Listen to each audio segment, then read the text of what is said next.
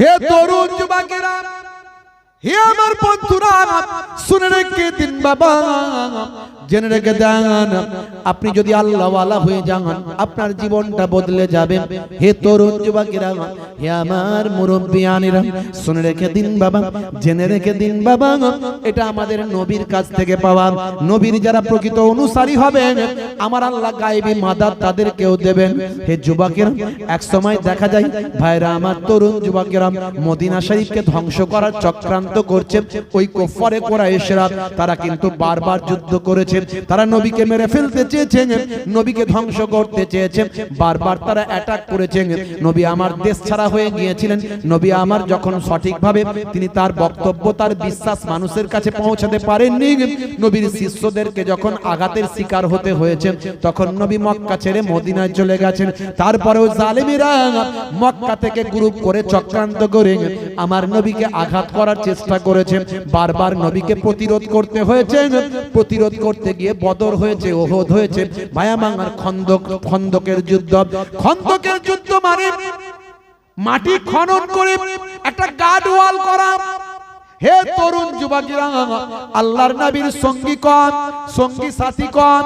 আল্লাহর নবীর ভাই আমার সাহাবায়ে কেরামেরা কম, প্রতিরোধকারী কম। তাই আল্লাহর নবী সালমান ফারসি রাদিয়াল্লাহু তাআলা আনহুর পরামর্শ অনুযায়ী নবী আমার একটা পরীক্ষা খনন করার নির্দেশ দিলেন। মাটি খনন করে একটা গার্ডওয়াল করার চেষ্টা ভাই আমার নির্দেশ দিলেন। হে তরুণ যুবকেরা, হে আমার মুরব্বিয়ানেরা, কিছু কম বেশি প্রায় 1000 মানুষ মাটি খননের কাজটা করছেন। দয়ার নবী নিজেও এমন কমান্ডার, নিজেও তিনি ভাই আমার মাটি খননের কাজ করছে।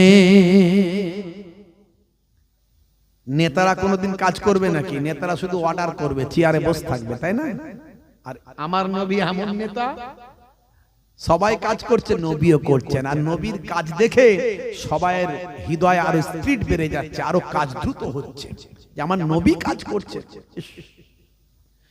হে তরুণ যুবকেরা, হে আমার বন্ধুরা, কয়েকদিন ধরে ক্ষুধার্ত, খাবার নাই, সব খাবার শেষ হয়ে গেছে। কয়েকদিন ধরে ক্ষুধার্ত অবস্থায় আছেন। আল্লাহর নবী আল্লাহর রাসূল মাটি খননের কাজ করছেন বাবা। এমন সময় কয়েকদিন ধরে নবী আমার ক্ষুধার্ত আছেন, অনেকেই ক্ষুধার্ত অবস্থায় আছেন, তাদের খাবার নাই, খাবার সব শেষ হয়ে গেছে। খাবারের যত ভাই আমার খাবারের উপকরণ তাদের শেষ হয়ে গেছে। নবী আমার মাটি খননের কাজ করছেন। এমন সময় দেখতে পাওয়া যায় একজন সাহাবী এসে বললেন, ইয়া রাসূলুল্লাহ, ওয়া হাবিবাল্লাহ, একটা বিশাল বড় পাথর বেরিয়ে এসেছে, সেই পাথরটাকে আর খনন করা যাচ্ছে না। অনেকেই চেষ্টা করলেন, সেই পাথরটাকে খনন করে তোলা যাচ্ছে না। এমন সময় আল্লাহর নবী বসে বসে মাটিটা খনন করছিলেন, সেই সময় সাইজ করছিলেন। করতে করতে নবী আমার যখন উঠে দাঁড়ালেন, দেখা যায় আল্লাহর নবীর পেটেতেও পাথরটা বাঁধা আছে। ক্ষুধার যন্ত্রণায় নবী আমার কষ্ট পাচ্ছেন। সেই সময় আল্লাহর নাম নিয়ে উঠলেন নবী আমার, কোদালটা নিয়ে গেলেন, ভাই আমার আল্লাহর নাম নিয়ে ওই পাথরের উপর একটা আঘাত করলেন। আল্লাহর কুদরতি ক্ষমতা পাথরটা চূর্ণ বিচূর্ণ হয়ে গেল। বন্ধুরা আমার, তরুণ যুবকেরা আমার, সেই সময় দেখা যায় আল্লাহর নবী একজন সাহাবী, নাম হলো হযরতে জাবের রাদিয়াল্লাহু তাআলা আনহু। হযরতে জাবের আল্লাহর নবীর এই সিচুয়েশনটা দেখে বড় কষ্ট পেলেন। আরে আমার নবী কয়েকদিন থেকে ক্ষুধার্ত অবস্থায় আছেন, নবীরা পেটেতে পাথর বাঁধা আছে ক্ষুধা যন্ত্রণা নিবারণের জন্য। আরে আমার নবী এত কষ্ট পাবেন, আর আমি জাবের কেমন করে এখানে থাকতে পারি? সঙ্গে সঙ্গে আল্লাহর নবীর ফলোয়ার, আল্লাহর নবীর সঙ্গী, আল্লাহর নবীর প্রেমিক, নবীর সাহাবী বাবা ছুটতে ছুটতে নিজের বাড়িতে গেলেন। স্ত্রীকে বললেন, হে আমার প্রিয়তমা, বাড়িতে কোনো খাবার কি আছে? আছে বলো, বাড়িতে কোনো খাবার কি কিছু আছে? যে অবস্থা আমি আজকে দেখেছি সেই অবস্থায় আমি কেমন করে থাকতে পারি, কেমন করে টিকতে পারি? আমার দয়ার নবী পেটেতে পাথর বেঁধে কাজ করছেন। আহারে, সেই অবস্থা দেখে আমি আর সহ্য করতে পারি না। ও আমার প্রিয়তমা বলো, বাড়িতে কোনো খাবার আছে কি?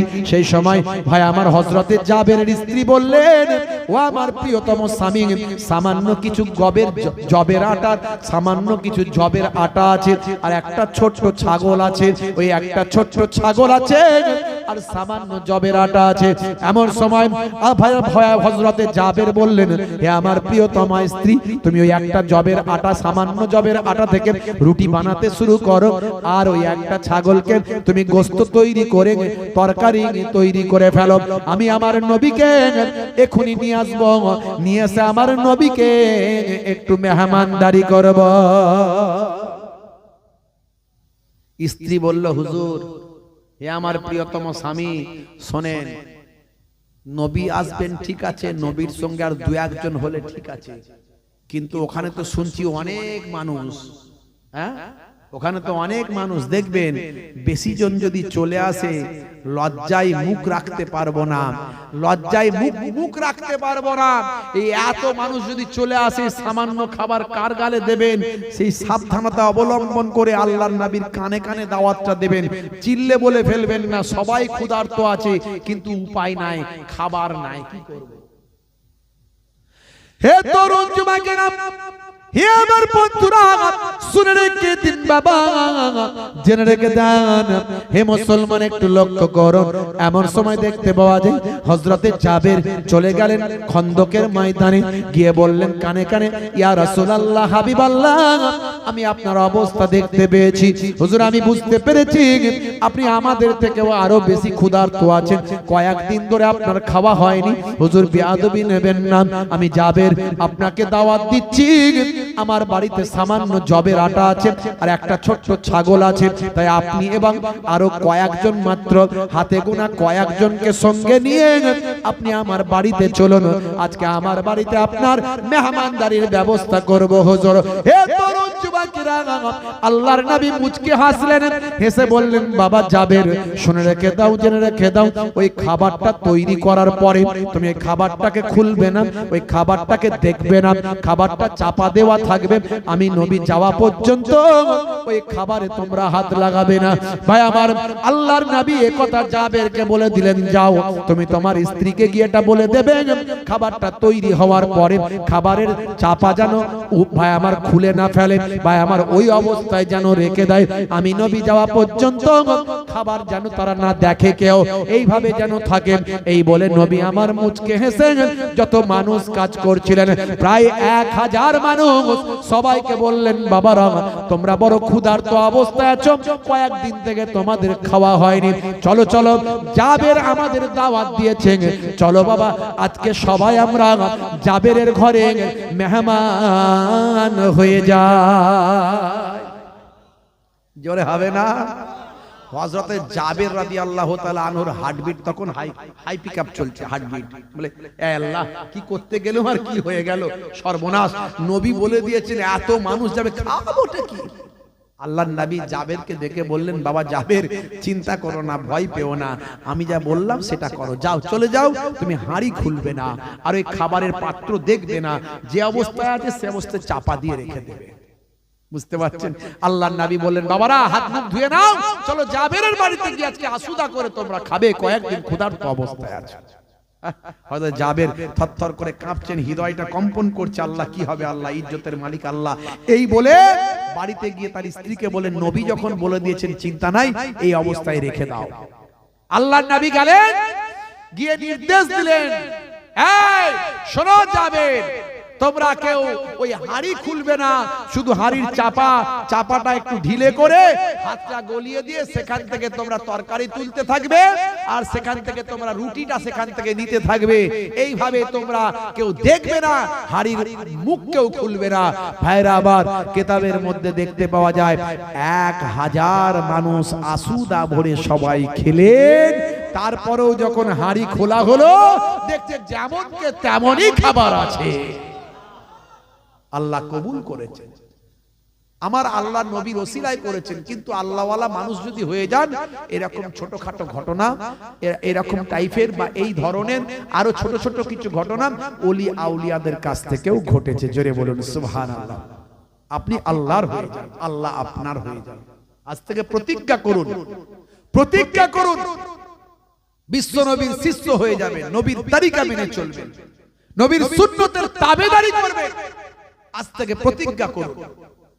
ভাইরা আমার, হে তরুণ যুবকেরা, আল্লাহ বলছেন বান্দারে তোরা নামাজ ছেড়ে দিবি না, নামাজের মধ্যে দিয়ে আমি তোদের দোয়াটা কবুল করব। কিতাবের মধ্যে এসেছে আস্তাইনু বিসসাবরি ওয়াসসালাম, বান্দা তোরা আমার কাছে সাহায্য প্রার্থনা কর ধৈর্য এবং নামাজের মাধ্যমে। বান্দা তোরা আমার কাছে সাহায্য প্রার্থনা কর ধৈর্য এবং নামাজের মাধ্যমে। নামাজটা ছেড়ে দিবি না বান্দা, নামাজটা তোরা পড়বি। 82 বার আল্লাহ নামাজের কথা বলেছেন, 82 বার আল্লাহ নামাজের কথা বলেছেন। মুসলমান নামাজ ছেড়ে দিয়েছি, অথচ দেখুন ভালো করে খেয়াল করুন, নামাজ যদি আপনি 5 ওয়াক্ত পড়েন, আপনার একটা ভালো ব্যায়াম কিন্তু অধ্যয়ন হচ্ছে। নামাজের মধ্যে একটা ভালো ব্যায়াম আছে। আপনাকে আর ব্যায়াম করার জন্য ছোটাছুটি করতে হবে না। যদি আপনি নামাজটা ঠিকঠাক সুন্দরভাবে নবী যেমন ভাবে শিখিয়েছেন যদি পড়েন, নামাজ পড়তে গেলে আপনাকে 5 বার ওযু করতে হচ্ছে। বিজ্ঞানের দাওলাতে আমরা জানতে পেরেছি এমন কিছু জীবাণু আমাদের শরীরে অ্যাটাক করে, যে জীবাণুগুলোকে খালি চোখে দেখা যায় না। যে অংশগুলো শরীরের যে অংশগুলো ওপেন থাকে, খোলা থাকে, জীবাণুগুলো সেই অংশে এসে অ্যাটাক করে। আমাদের মুখ, আমাদের হাত, আমাদের পা, আমাদের ঘাড়, এগুলোতে যখন আমরা 5 বার ওযু করি, ওই জীবাণুগুলো ধুয়ে চলে যায়। শুধু তাই নয়, যখন আপনি ওযু করছেন, আপনারা মেসেজ করছেন, দেখবেন পানি নিয়ে এইভাবে হাতে দিচ্ছেন, মেসেজ করছেন, দিচ্ছেন মেসেজ করছেন, মুখে দিচ্ছেন মেসেজ করছেন। সায়েন্স বলছে এটা স্বাস্থ্যের জন্য ভালো, ব্লাড সার্কুলেশন ভালো হয়, আমাদের নার্ভগুলো শান্ত থাকে, মনটা স্বচ্ছ হয়ে যায়, মনে শান্তি বিরাজ করে। তাহলে দেখছেন নামাজ পড়লে তার মধ্যে কত উপকারিতা আছে। কিন্তু আমরা মুসলমান এত কিছু জানার পরেও নামাজ পড়ি না। ভাই নামাজ পড়তে কতক্ষণ সময় লাগে বলুন? মাত্র 12 মিনিট করে যদি হিসাব করেন, 5 12 60, মাত্র 1 ঘন্টা। আমার নানাজান ছোট হুজুর পীর কেবলা রহমাতুল্লাহ আলাইহি, তিনি নামাজের কথা বলতে গিয়ে রেগে যেতেন। বাবা কি দিয়ে বোঝালে বুঝবে বলো? ঝোড়া আর কোদাল দিয়ে বোঝাও বাবা।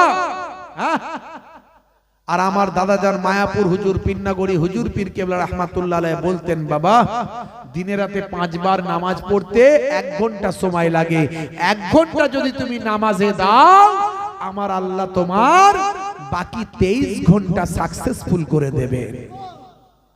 তাই নামাজ ছেড়ে দেবেন না, কারণ নামাজের মধ্যে আছে কল্যাণ, কামিয়াবি। জামাতের সঙ্গে নামাজটা পড়ুন। বান্দা নামাজ পড়ো, আকির করো, ছেড়ো না নামাজ জীবনে। করো না কাজা, হবে যে সাজা, দোজখ ঠিকানা আখিরাতে, দোজখ ঠিকানা আখিরাতে। ফজর গেল ঘুমে ঘুমে, জোহর বেলা তে কাজ, আসর গেল তাসার আড্ডা, মাগরিব হেলা ফেলায়। নামাজ তোমার সঙ্গের সাথী, নামাজ হলো গোরের বাতি।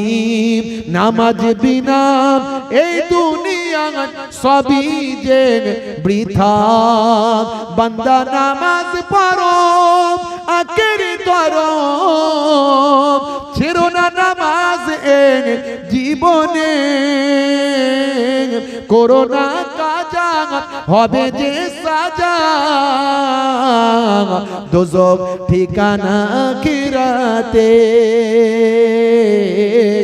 দোজখ ঠিকানা আখিরাতে। বলুন না সুবহানাল্লাহ। ভাইরা আমার, তরুণ যুবকেরা আমার, মুরব্বিয়ানেরা আমার, এই নামাজের দৃশ্য কত সুন্দর লাগে, তাই না? এই ফুরফুরা শরীফে যখন আমরা যাই, 3 দিন ইসালে সবে লক্ষ লক্ষ মানুষ নামাজ পড়ে একসঙ্গে জামাতের সঙ্গে। নামাজের মধ্যে কি শৃঙ্খলা আছে আপনি ভাবুন, কি সুন্দর শৃঙ্খলা আছে। একজন ইমাম মানে নেতা একজন, আর তার ফলোয়ার্স লক্ষ লক্ষ মানুষ। জোরে বলুন সুবহানাল্লাহ।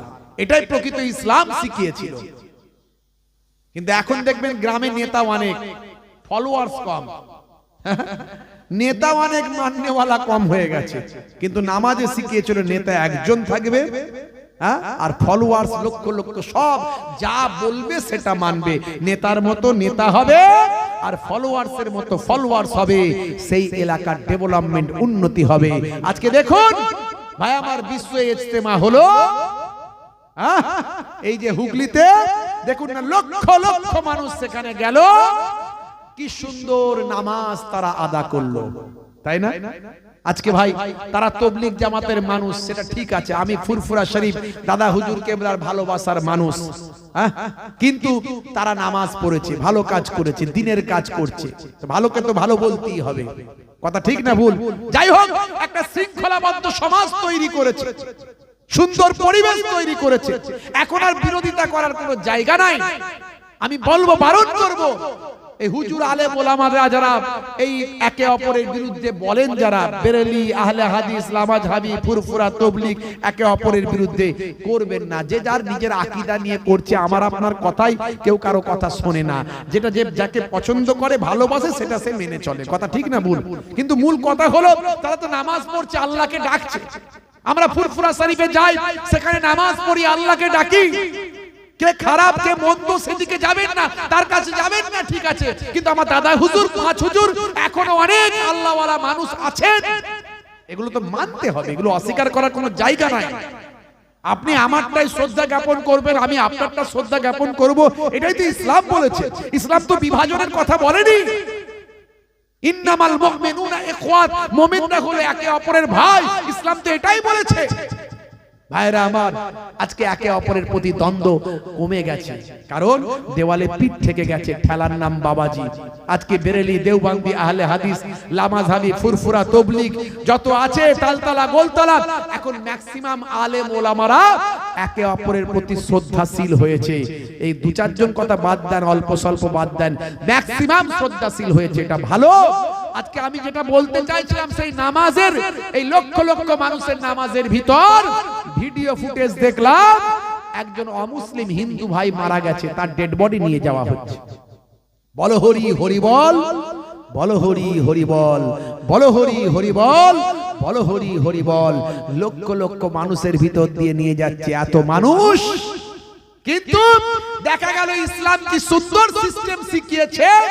যুবকেরা তারা ওই লক্ষ লক্ষ মানুষের ভিতর থেকে মানুষকে সরিয়ে দিয়ে, এই আমার অমুসলিম হিন্দু ভাইদের এই শ্মশান ঘাটের যাত্রা, এই একজন মানুষ মারা গেছেন, এটাকে নিয়ে যাওয়ার রাস্তা করে দিচ্ছে। এ শিক্ষা কোথায় পেয়েছে? এ শিক্ষা আমার নবীর কাছ থেকে পাওয়া গেছে। আমার নবী ওয়াজ করছেন এরকম, আমার নবী এরকম ওয়াজ করছেন, এই সামনে দিয়ে একটা ইহুদি মানুষের ডেড বডি নিয়ে যাওয়া হচ্ছে। আল্লাহর নবী ওয়াজ তো বন্ধ করলেন, ওয়াজ তো বন্ধ করলেন, তার সঙ্গে সঙ্গে উঠে দাঁড়িয়ে ওই মৃত ডেড বডিকে সম্মান করলেন। আর নবী যখন উঠে দাঁড়িয়েছেন, ফলোয়ার্সরা কি বসে থাকবেন নাকি? তারাও উঠে দাঁড়ালেন। একজন বললেন, ইয়া রাসূলুল্লাহ, হাযা মাইয়াতাল ইয়াহুদ, এই ব্যক্তি হলো একজন ইহুদি মানুষ।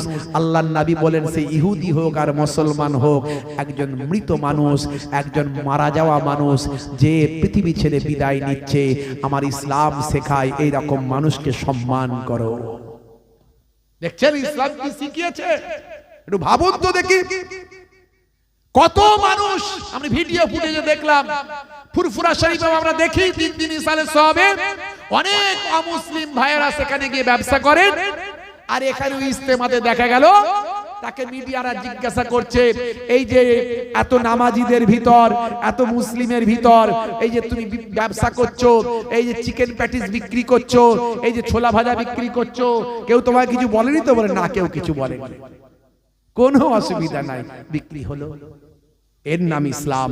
अंधे को रास्ता दिखाने का नाम है इस्लाम, भूखे को खाना खिलाने का नाम है इस्लाम, प्यासे को पानी पिलाने का नाम है इस्लाम, इबादत का नाम है इस्लाम, अमानत का नाम है इस्लाम और मोहब्बत का नाम है इस्लाम। जय बोलो सुभान अल्लाह। একজন মুসলমান একজন মানুষ হতে হবে। আপনার প্রতিবেশী, আপনার পাশের মানুষ হিন্দু, খ্রিস্টান, জৈন, বৌদ্ধ দেখবেন না, সে একজন মানুষ, তার প্রয়োজনে তাকে সাহায্য করবেন। এটা আপনার ইসলাম নির্দেশ দিয়েছে। জোরে বলুন সুবহানাল্লাহ। এটা আপনার নির্দেশ দিয়েছে ইসলাম। বন্ধুরা আমার, তরুণ যুবকেরা আমার, মুরব্বিয়ানেরা আমার, ইসলাম বলেছে, নবী জানিয়েছে, তোমার প্রতিবেশী অনাহারে থাকবে, ক্ষুধার্ত থাকবে। বলেনি একজন মুসলমান তোমার প্রতিবেশী ক্ষুধার্ত থাকবে, বলেছে একজন প্রতিবেশী ক্ষুধার্ত থাকবে। হতে পারে মেবি সেটা মুসলমান, হিন্দু, খ্রিস্টান, যেই হোক, তোমার প্রতিবেশী ক্ষুধার্ত থাকবে আর তুমি খেয়ে দিয়ে নামাজ পড়তে যাবে, আল্লাহ তোমার নামাজ কবুল করবে না। জোরে হবে না? জোরে হবে না? আমার কথাগুলো মনে হয় ভালো লাগছে না নাকি? দেখবেন এই সিস্টেম মেনে চলুন, পৃথিবীর মানুষ আপনাকে স্যালুট করবে। জোরে বলুন সুবহানাল্লাহ। আমার নবীকে এই Cassius Clay, Tyson, Gary Miller, Dew Davis, Mister Bale, Richmond, Gary Miller, Jennifer থেকে শুরু করে ডক্টর মরিস বুকাইলি থেকে শুরু করে পৃথিবীর বড় বড় সায়েন্টিস্ট, গবেষক, অথার, নায়ক, গায়ক, খেলোয়াড়, প্লেয়ার, তারা আমার নবীর শিষ্য হয়েছে। নবীর নির্দেশ, নবীর আদর্শ, নবীর আখলাক। তো ওয়াসিম সরকার যা করেছে, কোরআন নিয়ে আমরা যেটা পারিনি সেটা করে দিয়েছে। সবাই মনে মনে করছে ওয়াসিম সরকার খুব খারাপ কাজ করেছে। তার দুটো বিষয় আমার কাছে খারাপ মনে হয়েছে। একটা হলো সে বলেছে এই রকম কোরআনে আমি পেচ্ছাপ করে দিই, এই রকম কেতাবে আমি পেচ্ছাপ করে দিই, আর বলে আমি আগুন দিয়ে জ্বালিয়ে দিতে পারি, আর ওই 27 জন শয়তান মিলে লিখেছে। এই কথাগুলো আমার খারাপ লেগেছে, এর জন্য তার ক্ষমা চাওয়া উচিত বলে আমি মনে করি। কিন্তু বাকি আলটিমেটলি যা বলেছে এতে কিন্তু ভালোই হয়েছে। তার কারণ হলো আমরা যেটা পারিনি সেটা ওয়াসিম সরকার করেছে। কারণ ওয়াসিম সরকার এমন কথাবার্তা বলেছে যার দ্বারাই সারা ভারতবর্ষের মানুষ, এমনকি পৃথিবীর বিভিন্ন দেশের মানুষের কোরআনের প্রতি, কোরআনে কি আছে জানার একটু আগ্রহ জন্মে গেছে। জোরে হবে না? এটা ভালো, এটা খারাপ নয়, এটা ভালো। কারণ কোরআনে তো খারাপ কিছু লেখা নাই রে ভাই। তুমি খোঁজো না খারাপ কি আছে। এই খারাপ খুঁজতে গিয়ে ভালো যখন খুঁজবে, ভালো যখন পাবে, তখনই তো কোরআনের প্রেমিক হয়ে যাবে। যেমন বড় বড় অথার পণ্ডিতেরা কোরআনের ভুল খুঁজতে গিয়ে কোরআনের শিষ্য হয়েছে। জোরে বলুন সুবহানাল্লাহ। ভালো জিনিসই করেছে, আমার এখানে কোনো দুঃখ নাই, কোনো কথা নাই। আমি এটা আগের দিন থেকেই বলে আসছি, যা হয়েছে ভালোই হয়েছে, কিছু অসুবিধা নাই। খালি দু চারটে কটু কথা বলেছে, এর জন্য তার ক্ষমা চাওয়া উচিত বলে আমি মনে করি। কিন্তু তিনি যা মানুষ, ক্ষমা চাইবেন না, কারণ ভালো মানুষ তো নন। বুঝতে পারছেন? 4 পাস মানুষ, সে আর কি শিক্ষা দীক্ষা আছে তার মধ্যে, বেচারা। সে শিক্ষা দীক্ষা না থাকলে তো সে তো বুঝবে না কার মধ্যে কি আছে। তো যাই হোক ভাইরা আমার, তরুণ যুবকেরা আমার, মুরব্বিয়ানেরা আমার, মানুষকে ভালোবাসুন। আগে মানুষ হতে হবে, তবে মুসলমান হতে পারবেন।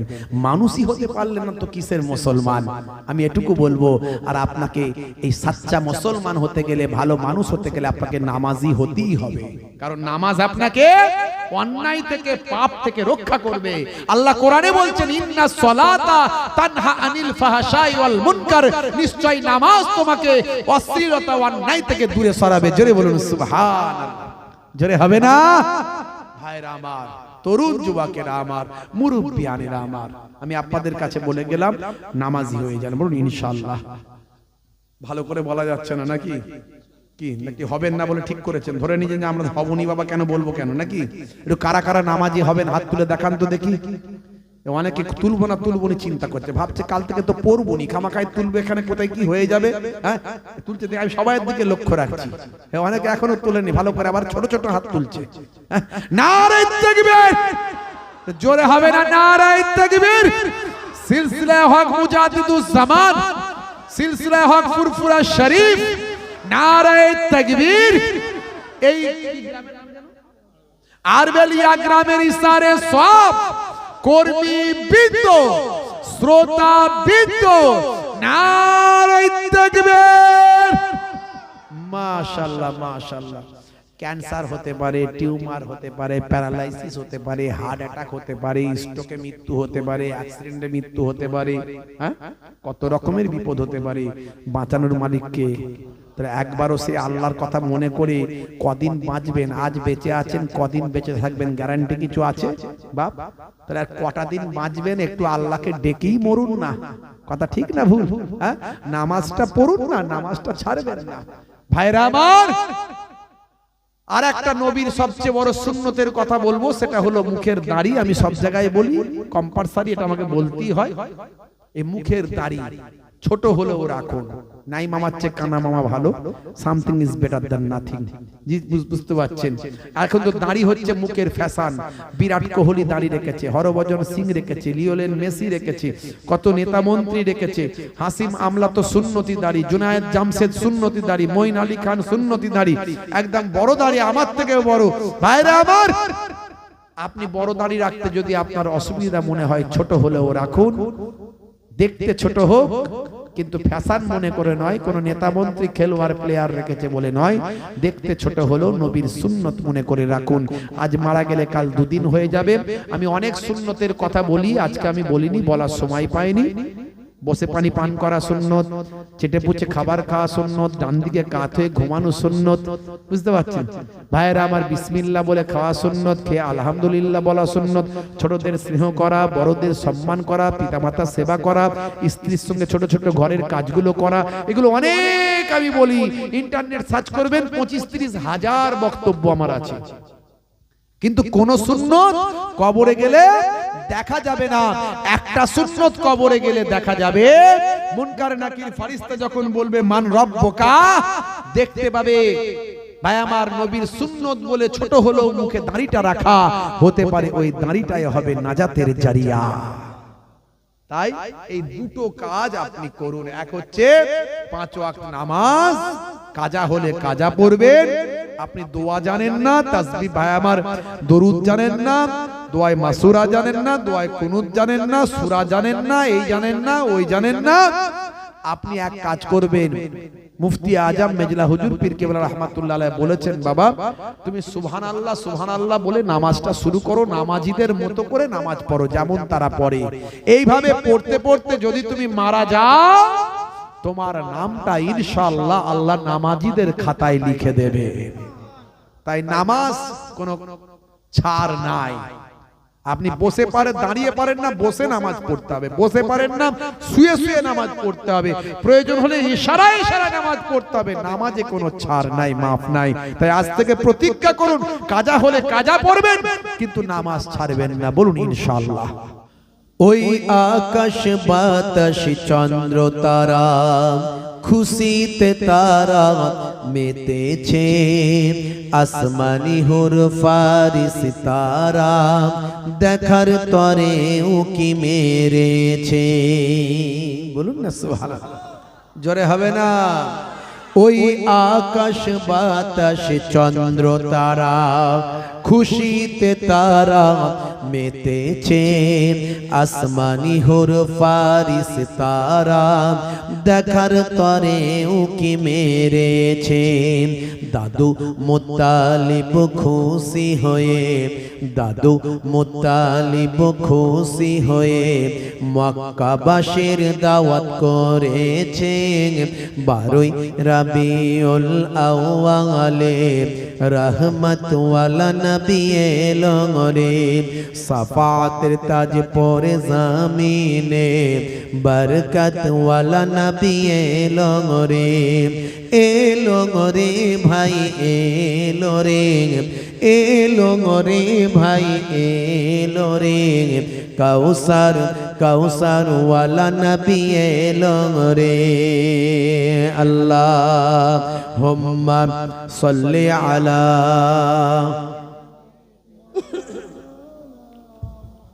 ওয়া আলা আলি।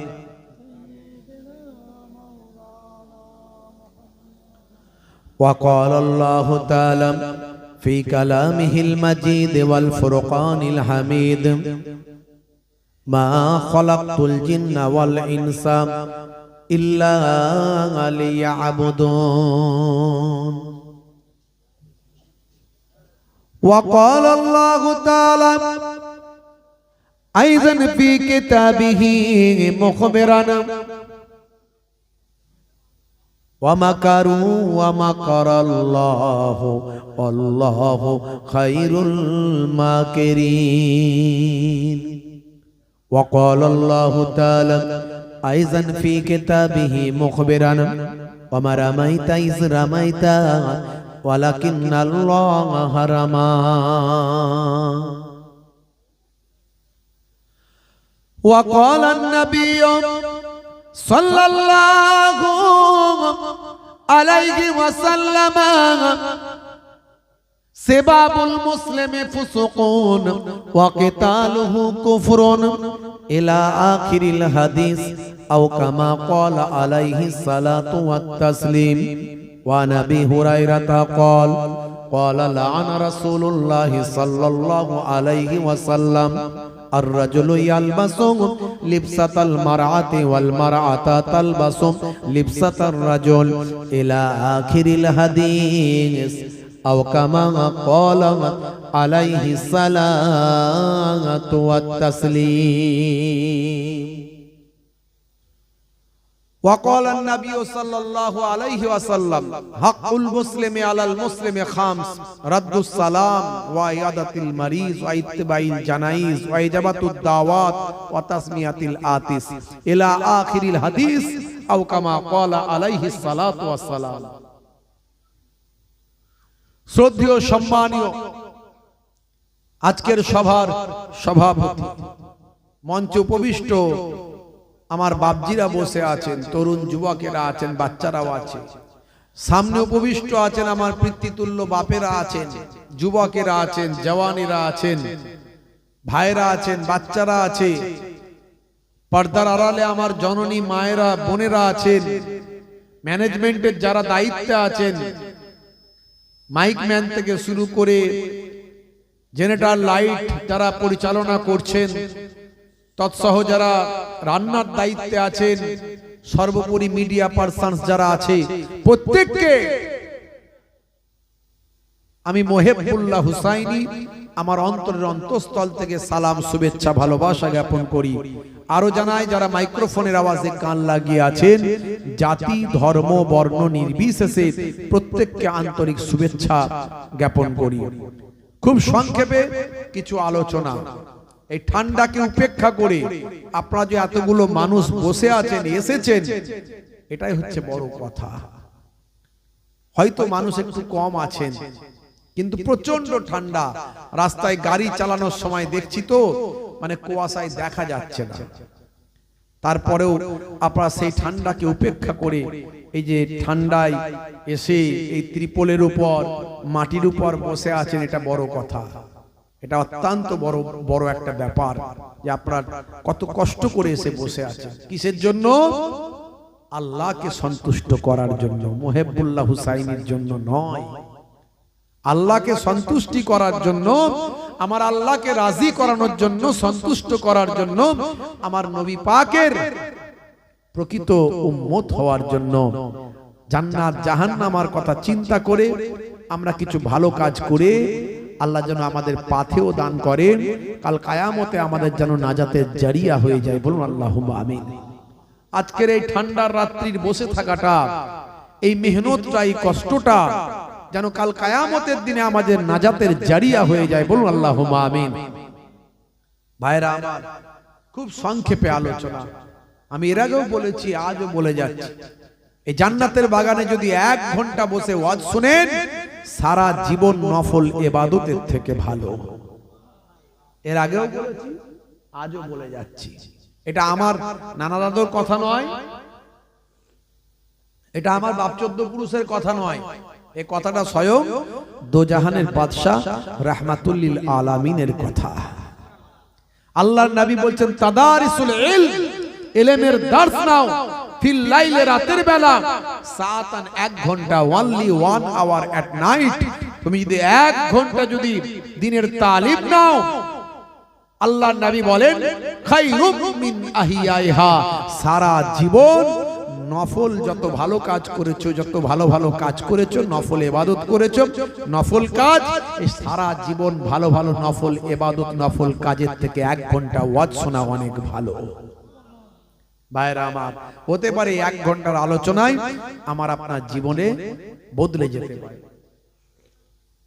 আমার আপনার জীবনটা পাল্টে যেতে পারে এই 1 ঘন্টার আলোচনায়। আদম সন্তান মাত্রই গুনাহগার, কিন্তু গুনাহগারদের ভিতর ওরা উত্তম যারা নিজেদের গুনার কথা খেয়াল করে, চিন্তা করে, ভাবে, একটু আল্লাহর কাছে তওবা তিল্লা করে, একটু আল্লাহকে বলে আল্লাহ ভুল করেছি, গুনাহ করেছি, মাফ করে দাও, একটু আল্লাহর কাছে অনুশোচনা করে। এরা হচ্ছে গুনাহগারদের মধ্যে উত্তম। আদম সন্তান মাত্রই গুনাহগার। হে তরুণ যুবকেরা, হে আমার বন্ধুরা, শুনে রেখে দিন বাবা, জেনে রেখে দেন। হে যুবকেরা, আমার আপনার নবী কত মেহনত করেছেন, কত কষ্ট করেছেন আপনাকে আমাকে সিরাতুল মুস্তাকিম পথের পথিক বানানোর জন্য, আপনাকে আমাকে সৎ ওনেস্ট বানানোর জন্য, একটা সুন্দর দিন দেওয়ার জন্য, একটা সুন্দর জীবন উপহার দেওয়ার জন্য আমার আপনার নবী কত মেহনত করেছেন। আপনি যদি একটু কল্পনা করেন অবাক হয়ে যাবে। বন্ধুরা আমার, তরুণ যুবকেরা আমার, নবীজিকে এত কষ্ট করতে হতো না। দয়ার নবীর সঙ্গে জালিমরা, মক্কার কুরাইশরা তারা সন্ধি করতে চেয়েছিল। আল্লাহর নবীর সঙ্গে তারা সন্ধি করেছিল, বারবার সন্ধি করেছিল, বারবার নবী পাকের সঙ্গে তারা চুক্তি করেছিল। এ ব্যাপারেও তারা চুক্তি করেছিল, ও বাবা মুহাম্মদ সাল্লাল্লাহু আলাইহি ওয়াসাল্লাম, কিছুদিন আমরা তোমার ধর্ম মানব, আর কিছুদিন তোমার অনুগামীরা আমাদের ধর্ম মানবে, তাহলে আমাদের দ্বন্দ্ব থাকবে না, আমরা সবাই শান্তিতে থাকব। কিছুদিন তোমার ধর্ম, তোমার লোকজন তুমি আমাদের ধর্ম মানবে, আর কিছুদিন আমরা তোমার ধর্ম মানব, তাহলে কোনো দ্বন্দ্ব থাকবে না। এ একটা অফার। শুধু তাই নয়, আরো অফার দেওয়া হয়েছিল। হে বাবা মুহাম্মদ সাল্লাল্লাহু আলাইহি ওয়াসাল্লাম, নবী পাকের নাম শুনলে কি বলতে হয়? শুনলি বলতে হবে সাল্লাল্লাহু আলাইহি ওয়াসাল্লাম। দরুদ শরীফ এটা একটা, এই দরুদটা নবীর উপর পড়তে হবে। যে বান্দা নবী পাকের নাম শুনে দরুদ শরীফ পড়ল না, নবী বলেন, ভাই আমার ফারিস্তা জিবরাইল আলাইহিস সালাম বলেন, সে যেন ধ্বংসপ্রাপ্ত হয়। আল্লাহর নবী বললেন, আল্লাহুম্মা আমিন, আমার আল্লাহ কবুল করে নেন। হে তরুণ যুবকেরা, সেই নবী পাকের নাম শুনলে দরুদ শরীফটা পেশ করবেন, সাল্লাল্লাহু আলাইহি ওয়াসাল্লাম বলবেন। যে কোনো হালতেই থাকেন না কেন, নবী পাকের নাম শুনলে দরুদ শরীফটা পড়বেন। হে তরুণ যুবকেরা, একমাত্র আপনি টয়লেটে আছেন, হঠাৎ করে আপনার কানেতে নবী পাকের নাম এলো, তখন পড়ার দরকার নাই। বাকি আপনি যে কোনো অবস্থায় যেখানে থাকেন না কেন, নবী পাকের নাম শুনবেন, সাল্লাল্লাহু আলাইহি ওয়াসাল্লাম আপনি পড়বেন। হে তরুণ যুবকেরা, আল্লাহর নবীকে মক্কার কুরাইশরা বলল, হে আবু তালেব, আল্লাহর নবীর চাচা যান হযরতে আবু তালেবের উদ্দেশ্যে বলল, হে আবু তালেব, তোমার ভাতিজাকে একটু বোঝাও, তোমার ভাতিজা যেটা চাইবে সেটাই আমরা করব। সে যদি মক্কার ধনী হতে চায়, আমরা তাকে ধন দাওলাত দেব, ধন দাওলাত দিয়ে মক্কার সর্বশ্রেষ্ঠ ধনী মানুষ বানিয়ে দেব। সে যদি মক্কার সুন্দরী নারীকে যদি বিবাহ করতে চায়, আমরা মক্কার সবচেয়ে আরবের সুন্দরী নারীটাকে তার সঙ্গে বিবাহ করে দিয়ে দেব। সে কি চাইছে সেটা আমাদের একবার জানা। আল্লাহর নবীকে যখন চাচা আবু তালেব যখন এই অফারটা দিলেন, সেই সময় নবী বলেছিলেন, চাচা যান, আমি তো কারো ক্ষতি করার জন্য আসিনি, আমি কারো ক্ষতি করার কথা বলিওনি, আমি কারোর উপর জোর করে ধর্ম চাপিয়েও দিইনি, আমি জোর করে ধর্ম করতে হবে সেটাও বলিনি। আমি আমার থিওরিটা, আমি আমার বক্তব্যটা আমি তাদের মাঝখানে, আমি সকলের মাঝখানে আমার বক্তব্যটা কেবল পেশ করেছি। আমার যে আমার ভাই আমার যেটা বক্তব্য, সেই বক্তব্যটা আমি তাদের মাঝখানে আমি ক্লিয়ার করেছি। এতে তারা আমার উপর বিরূপ হয়েছে, আমাকে তারা অফার দিচ্ছে। শুনে রেখে দিন চাচা যান, মক্কার সুন্দরী নারীতে দূরের কথা, টাকা পয়সা সোনা দানা তো দূরের কথা। শুনে রেখে দেন, জেনে রেখে দেন, ওই সমস্ত কুফারে কুরাইশরা তারা যদি আকাশের চাঁদটা এক হাতে আমার দিয়ে দেয়, এক হাতে যদি সূর্য দিয়ে দেয়, তবু আমি আল্লাহর নির্দেশনাকে অমান্য করব না। এক হাতে চাঁদ সূর্য দিয়ে দিলেও আমি আল্লাহর নির্দেশনাকে অমান্য করতে পারবো না, কারণ এটা আমার উপর নির্দেশ এসেছে, এটা আল্লাহ প্রদত্ত নির্দেশ।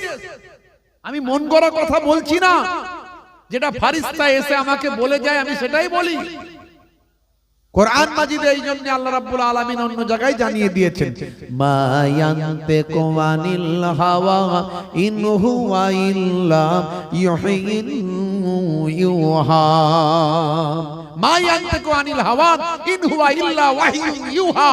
আমার নবী নিজের ইচ্ছায় কোনো কথা বলেন না যতক্ষণ না আমি আল্লাহ ওহী দিয়ে না জানিয়ে দিই। জোরে হবে না ভাইরা আমার, তরুণ যুবকেরা আমার, শুনে রেখে দেন, আমার আপনার নবী কত কষ্ট করেছে, কত মেহনত করেছে, কত আঘাত প্রাপ্ত হয়েছে।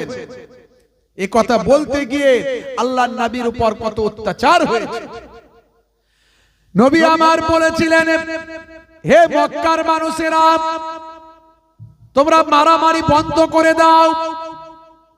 তখন মক্কার জমিনে মানুষ মারপিট করত, খুন খারাপি করত, একদিন দুদিন নয়, এক একটা যুদ্ধ করত। তারা 40 বছর 50 বছর ধরে তারা যুদ্ধ করত। নবী বললেন, হে মক্কার মানুষেরা, বিভিন্ন গোত্রের মধ্যে এক দল আর এক দলের সঙ্গে তোমরা যে লড়াইটা করো, হাজার হাজার মানুষকে হত্যা করছো, না না এটা করো না। একজন মানুষকেও হত্যা করা চলবে না। একজন নিরীহ মানুষকে রক্ষা করা মানব জাতি রক্ষা করার সমান। একজন নিরীহ মানুষকে রক্ষা করা মানব জাতি রক্ষা করার সমান। আর একজন নিরীহ মানুষকে হত্যা করা মানব জাতি হত্যা করার সমান। হে তরুণ যুবকেরা, আল্লাহর নবী সুন্দর সুন্দর বাণীগুলো দিতে লাগলেন। মক্কার মানুষের আস্তে আস্তে পরিবর্তন হতে লাগলো।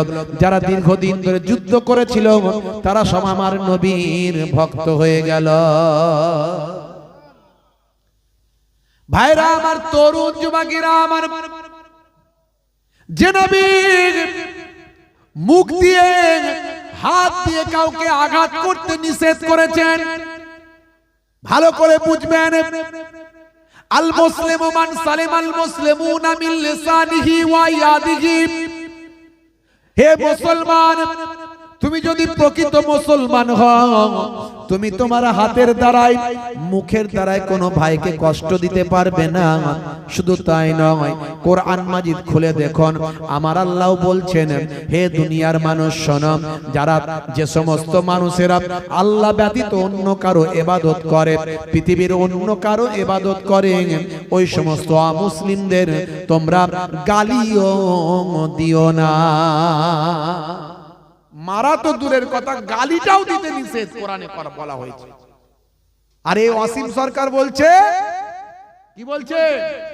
বলছে মুসলমানেরা, কোরআনে বলা হয়েছে, হে মুসলমানেরা, তোমরা অমুসলিমদের যেখানে পাইবে সেখানে ঘিরিয়া ধরিবে, ধরিয়া তাদের হত্যা করিবে, ওত পেতে থাকবে। এইসব কথাবার্তা বলছে। 9 নম্বর সূরার 5 নম্বর আয়াত, মুখস্থ সবাই। কি কথা ঠিক না? 9 নম্বর সূরাটা কি আছে? সূরা তাওবা। কি আছে? সূরা তাওবা 5 নম্বর আয়াত। এই 5 নম্বর আয়াতটা সে বলছে, 4 নম্বরটা বলছে না, 6 নম্বরটা বলছে না। এই 5 নম্বর আয়াতের উত্তর 4 নম্বরে আছে, 6 নম্বরে আছে। জোরে বলুন সুবহানাল্লাহ। 4 নম্বরেই বলা হয়েছে, যারা চুক্তি ভঙ্গ করেছে, মক্কার কুরাইশদের সঙ্গে ভাই আমার কুফফারদের সঙ্গে মুসলমানদের চুক্তি ছিল, লড়াই করা চলবে না, কারোর উপর আঘাত করা চলবে না, মারপিট করা চলবে না, একে অপরের কোন দলের মানুষকে হত্যা করা যাবে না, এসব বিভিন্ন রকম ভাবে চুক্তি করা ছিল। যারা চুক্তি ভঙ্গ করেছে, চুক্তি ভঙ্গ করে যারা তোমাদের হত্যা করেছে, তোমরাও তাদের হত্যা করো। যারা তোমাদেরকে সেখান থেকে তাড়িয়ে দিয়েছে, তোমরাও তাদেরকে তাড়িয়ে দাও। যুদ্ধের বর্ণনা আছে, যুদ্ধের কথা। আচ্ছা বলুন তো, পাকিস্তানের সঙ্গে ভারতের যুদ্ধ হচ্ছে, পাকিস্তান আমাদের ভারতে অ্যাটাক করেছে, আমাদের ভারতের সেনানায়ক, সেনা প্রধান, তিনি কি চুপ করে বসে থাকবেন? না তিনি বলবেন তারা যখন অ্যাটাক করেছে তোমরাও করো? ওয়াসিম সরকার, তোমাকে তো আমরা বলেছি, চ্যালেঞ্জ করেছি, তুমি যেখানে বসতে চাও আমরা বসতে রাজি। আসলে তুমি তো ধর্মের রাজনীতি করছো, তুমি তো বসবে না, তুমি একটার পর একটা একই কথা বলে যাচ্ছ। আর তোমার উপরে প্রায় 600 খানা এফআইআর হয়েছে, 600 খানা এফআইআর হয়েছে, কিন্তু এফআইআর এ কোনো কাজ হচ্ছে না। তার কারণ এখন রাজনীতিটা অন্য জায়গায় চলে গেছে, বুঝতে পারছেন? এখন আর এফআইআর কিছু কাজ হচ্ছে না, কি বলবো, বুঝতে পারছেন? পরিবেশ পরিস্থিতিটা এমন একটা জায়গায় দাঁড়িয়ে গেছে, এখন যে যা খুশি বলতে পারে, আবার কাউকে খাপ করে ধরেও নেবে, ধরে নিলে তার অবস্থা খারাপ। ওমর খালিদ 5 বছর ধরে জেল খাটছে, 5 বছর। ওমর খালিদ, সার্জিল ইমাম, দিল্লি হিংসাকাণ্ডে তাদের নাম এসেছে, তারা এখনো ভাই আমার জেলের ভিতর আছে। তাদের পক্ষে কথা বলেছে আমেরিকার নিউ ইয়র্কের মেয়র ভাই আমার জোহরান মামদানি, ডাইরেক্ট ভারতে চিঠি পাঠিয়েছে, আপনারা জানেন, বুঝতে পারছেন কত বড় কথা। শুধু তাই নয়, আমেরিকা থেকে 8 জন বিশিষ্ট যারা পদাধিকারী, তারাও ভারতে চিঠি পাঠিয়েছে ওমর খালিদ, সার্জিল ইমামদের জন্য, বলেছে নিরপেক্ষভাবে তদন্ত হোক, তাড়াতাড়ি ফাইসালা করুন। এভাবে দীর্ঘদিন ধরে কাউকে জেলের ভিতর ঢুকিয়ে রাখা যায় না বিনা বিচারে। হ্যাঁ ভাই আমার, যারা গুণী মানুষ, ভালো মানুষ, তারা আছে জেলে, যারা অপরাধী, ধর্ষকের আসামি, তারা ঘুরছে বেলে। দেখুন আজকে সোশ্যাল মিডিয়াটা দেখুন, পাবেন, বাস্তব কথা বলছি বাপ ভাইরা আমার, তরুণ যুবকেরা আমার। এর আগেও সুপ্রিম কোর্টে মামলা হয়েছে কোরআনের 26টা আয়াত নিয়ে, মাত্র কয়েক বছর আগে। 26টা আয়াতের মধ্যে এই আয়াতগুলো ছিল। সুপ্রিম কোর্ট ভালো করেই জানে সব যে কোরআনে কি লেখা আছে, তাই যখনই মামলা হয়েছিল তখন সুপ্রিম কোর্ট বলেছিল, হে ওয়াসিম রেজভি, এটা ওয়াসিম সরকার আর ওটা ওয়াসিম রেজভি, মানে এরাই ওদেরকে দিয়ে করিয়েছিল আর কি মামলাটা। তো মামলাই বলেছিল, হে ওয়াসিম রেজভি, তুমি পৃথিবীর 200 কোটি মানুষ ডাইরেক্ট কোরআনকে ভালোবাসে, আরো কয়েকশো কোটি মানুষ ইনডাইরেক্ট কোরআনকে ভালোবাসে, তো এই এতগুলো মানুষের ভাবাবেগে আঘাত দিয়েছো, তোমাদের যেগুলো কোশ্চেন আছে সেই কোশ্চেনের অ্যানসার কোরআনই আছে। কোরআনে তুমি এখানে যখন ভাবছো যে কাউকে হত্যা করার কথা বলা হয়েছে, তেমন কোরআনে অন্য জায়গায় তার উত্তর দেওয়া হয়েছে, লাকুম দীনুকুম ওয়ালিয়া দীন, তোমার দিন তোমার ধর্ম তোমার কাছে, আমার ধর্ম আমার কাছে। কই এই আয়াতটা তুমি পড়োনি? কোরআনের অন্য জায়গায় বলা হয়েছে লা ইকরাহা ফিদ্দীন, ধর্মে কোনো জবরদস্তি নাই, এই আয়াতটা তুমি পড়োনি? কোরআনের অন্য জায়গায় বলা হয়েছে অমুসলিমদেরকে, যারা আল্লাহ ব্যতীত অন্যের আরাধনা করে, তাদের তোমরা গালিও দিও না। জোরে বলুন সুবহানাল্লাহ। হত্যা তো দূরের কথা, গালি পর্যন্ত দিতে নিষেধ, গালি পর্যন্ত দিতে নিষেধ। এই আয়াতটা পড়োনি?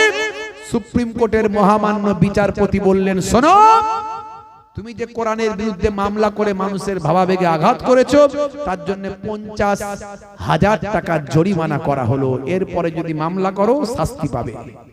বুঝতে পারছেন? আমরা তো বলেছি আপনার এত যদি অবজেকশন থাকে, আপনি আবার মামলা করুন, হাইকোর্টে, সুপ্রিম কোর্টে মামলা করুন। মামলাও করছেন না, প্রতিদিন বাজে বাজে কথা বলে যাচ্ছেন।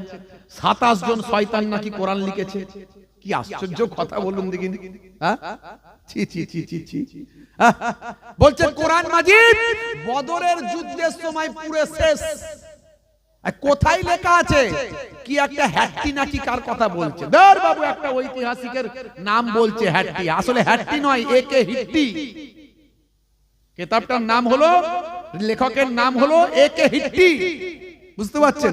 তো যাই হোক, সে একটা ঐতিহাসিক, তার কথা, তার আমি ইতিহাস পড়েছি, তার এরকম কোনো কথা লেখা নাই যে বদরের যুদ্ধের সময় আসল কোরআনটা পুরো শেষ, লেখা নাই। তাছাড়াও এটা তো অথেন্টিক নয়, পৃথিবীতে এরকম কোন ইতিহাস পাবেন না। 624 খ্রিস্টাব্দে বদরের যুদ্ধ হয়েছে, আর 632 খ্রিস্টাব্দে প্রফেট তখন বেঁচে আছেন, বিদায় হজ হচ্ছে। যে বিদায় হজের ভাই আমার সেই চিরস্মরণীয় ভাষণ দিয়েছিলেন প্রফেট, শ্রমিকের ঘাম শুকিয়ে যাওয়ার আগে তার পারিশ্রমিক দিয়ে দাও। আজ সেই কথাগুলো পৃথিবীর রাষ্ট্রনায়করা আমার নবীর রেফারেন্সে কথা বলে।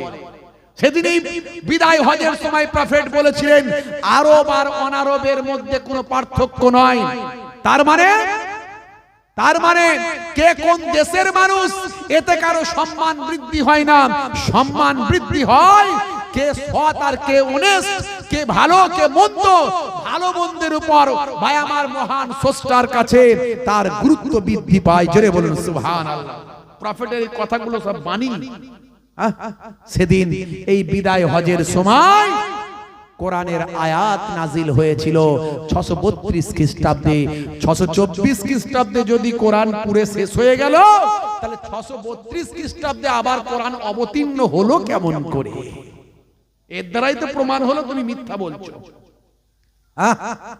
ভাইরা আমার, আল্লাহ নিজে কোরআনে বলছেন, নাহানু নাযালনা যিকরা ওয়া ইন্না লাহু লাহাফিজুন। এই কোরআন মাজিদ আমি আল্লাহ নাজিল করেছি, আমি আল্লাহ অবতীর্ণ করেছি। হে তরুণ যুবকেরা, দীর্ঘ 23 বছর ধরে একটু একটু করে স্থানকাল পাত্র বিশেষে বিভিন্ন প্রেক্ষাপটে কোরআন মাজিদ এসেছে, অবস্থার পরিপ্রেক্ষিতে একটু একটু করে কোরআন মাজিদ এসেছে। যখন হে তরুণ যুবকেরা, হে আমার মুরব্বিয়ানেরা, যখন ওই সমস্ত কুফারে কুরাইশরা যারা বলল কিছুদিন আমরা তোমার ধর্ম করব আর কিছুদিন তোমরা আমার ধর্ম করবে, সেই সময় এই সূরাটা আয়াত এই সূরার আয়াতগুলো নাজিল হয়েছিল। কুল ইয়া আইয়ুহাল কাফিরুন লা আ'বুদু মা তা'বুদুন, এই আয়াত নাজিল হয়েছিল। শেষে বলা হয়েছিল লাকুম দীনুকুম ওয়ালিয়া দিন, তোমার দিন তোমার কাছে, তোমার ধর্ম তোমার কাছে, আমার ধর্ম আমার কাছে।